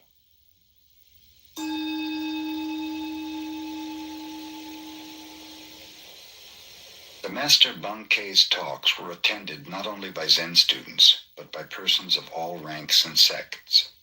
He never quoted sutras, nor indulged in scholastic dissertations. Instead, his words were spoken directly from his heart to the hearts of his listeners. His large audiences angered a priest of the Nichiren sect, because the adherents had left to hear about Zen. The self-centered Nichiren priest came to the temple determined to debate with Bankei. "A Zen teacher," he called out, "wait a minute. Whoever respects you will obey what you say, but a man like myself does not respect you. Can you make me obey you?" "Come up beside me and I will show you," said Bankei. Proudly, the priest pushed his way through the crowd to the teacher. Bankei smiled. "Come over to my left side." The priest obeyed. "No," said Bankei, "we may talk better if you are on the right side. Step over here." The priest proudly stepped over to the right.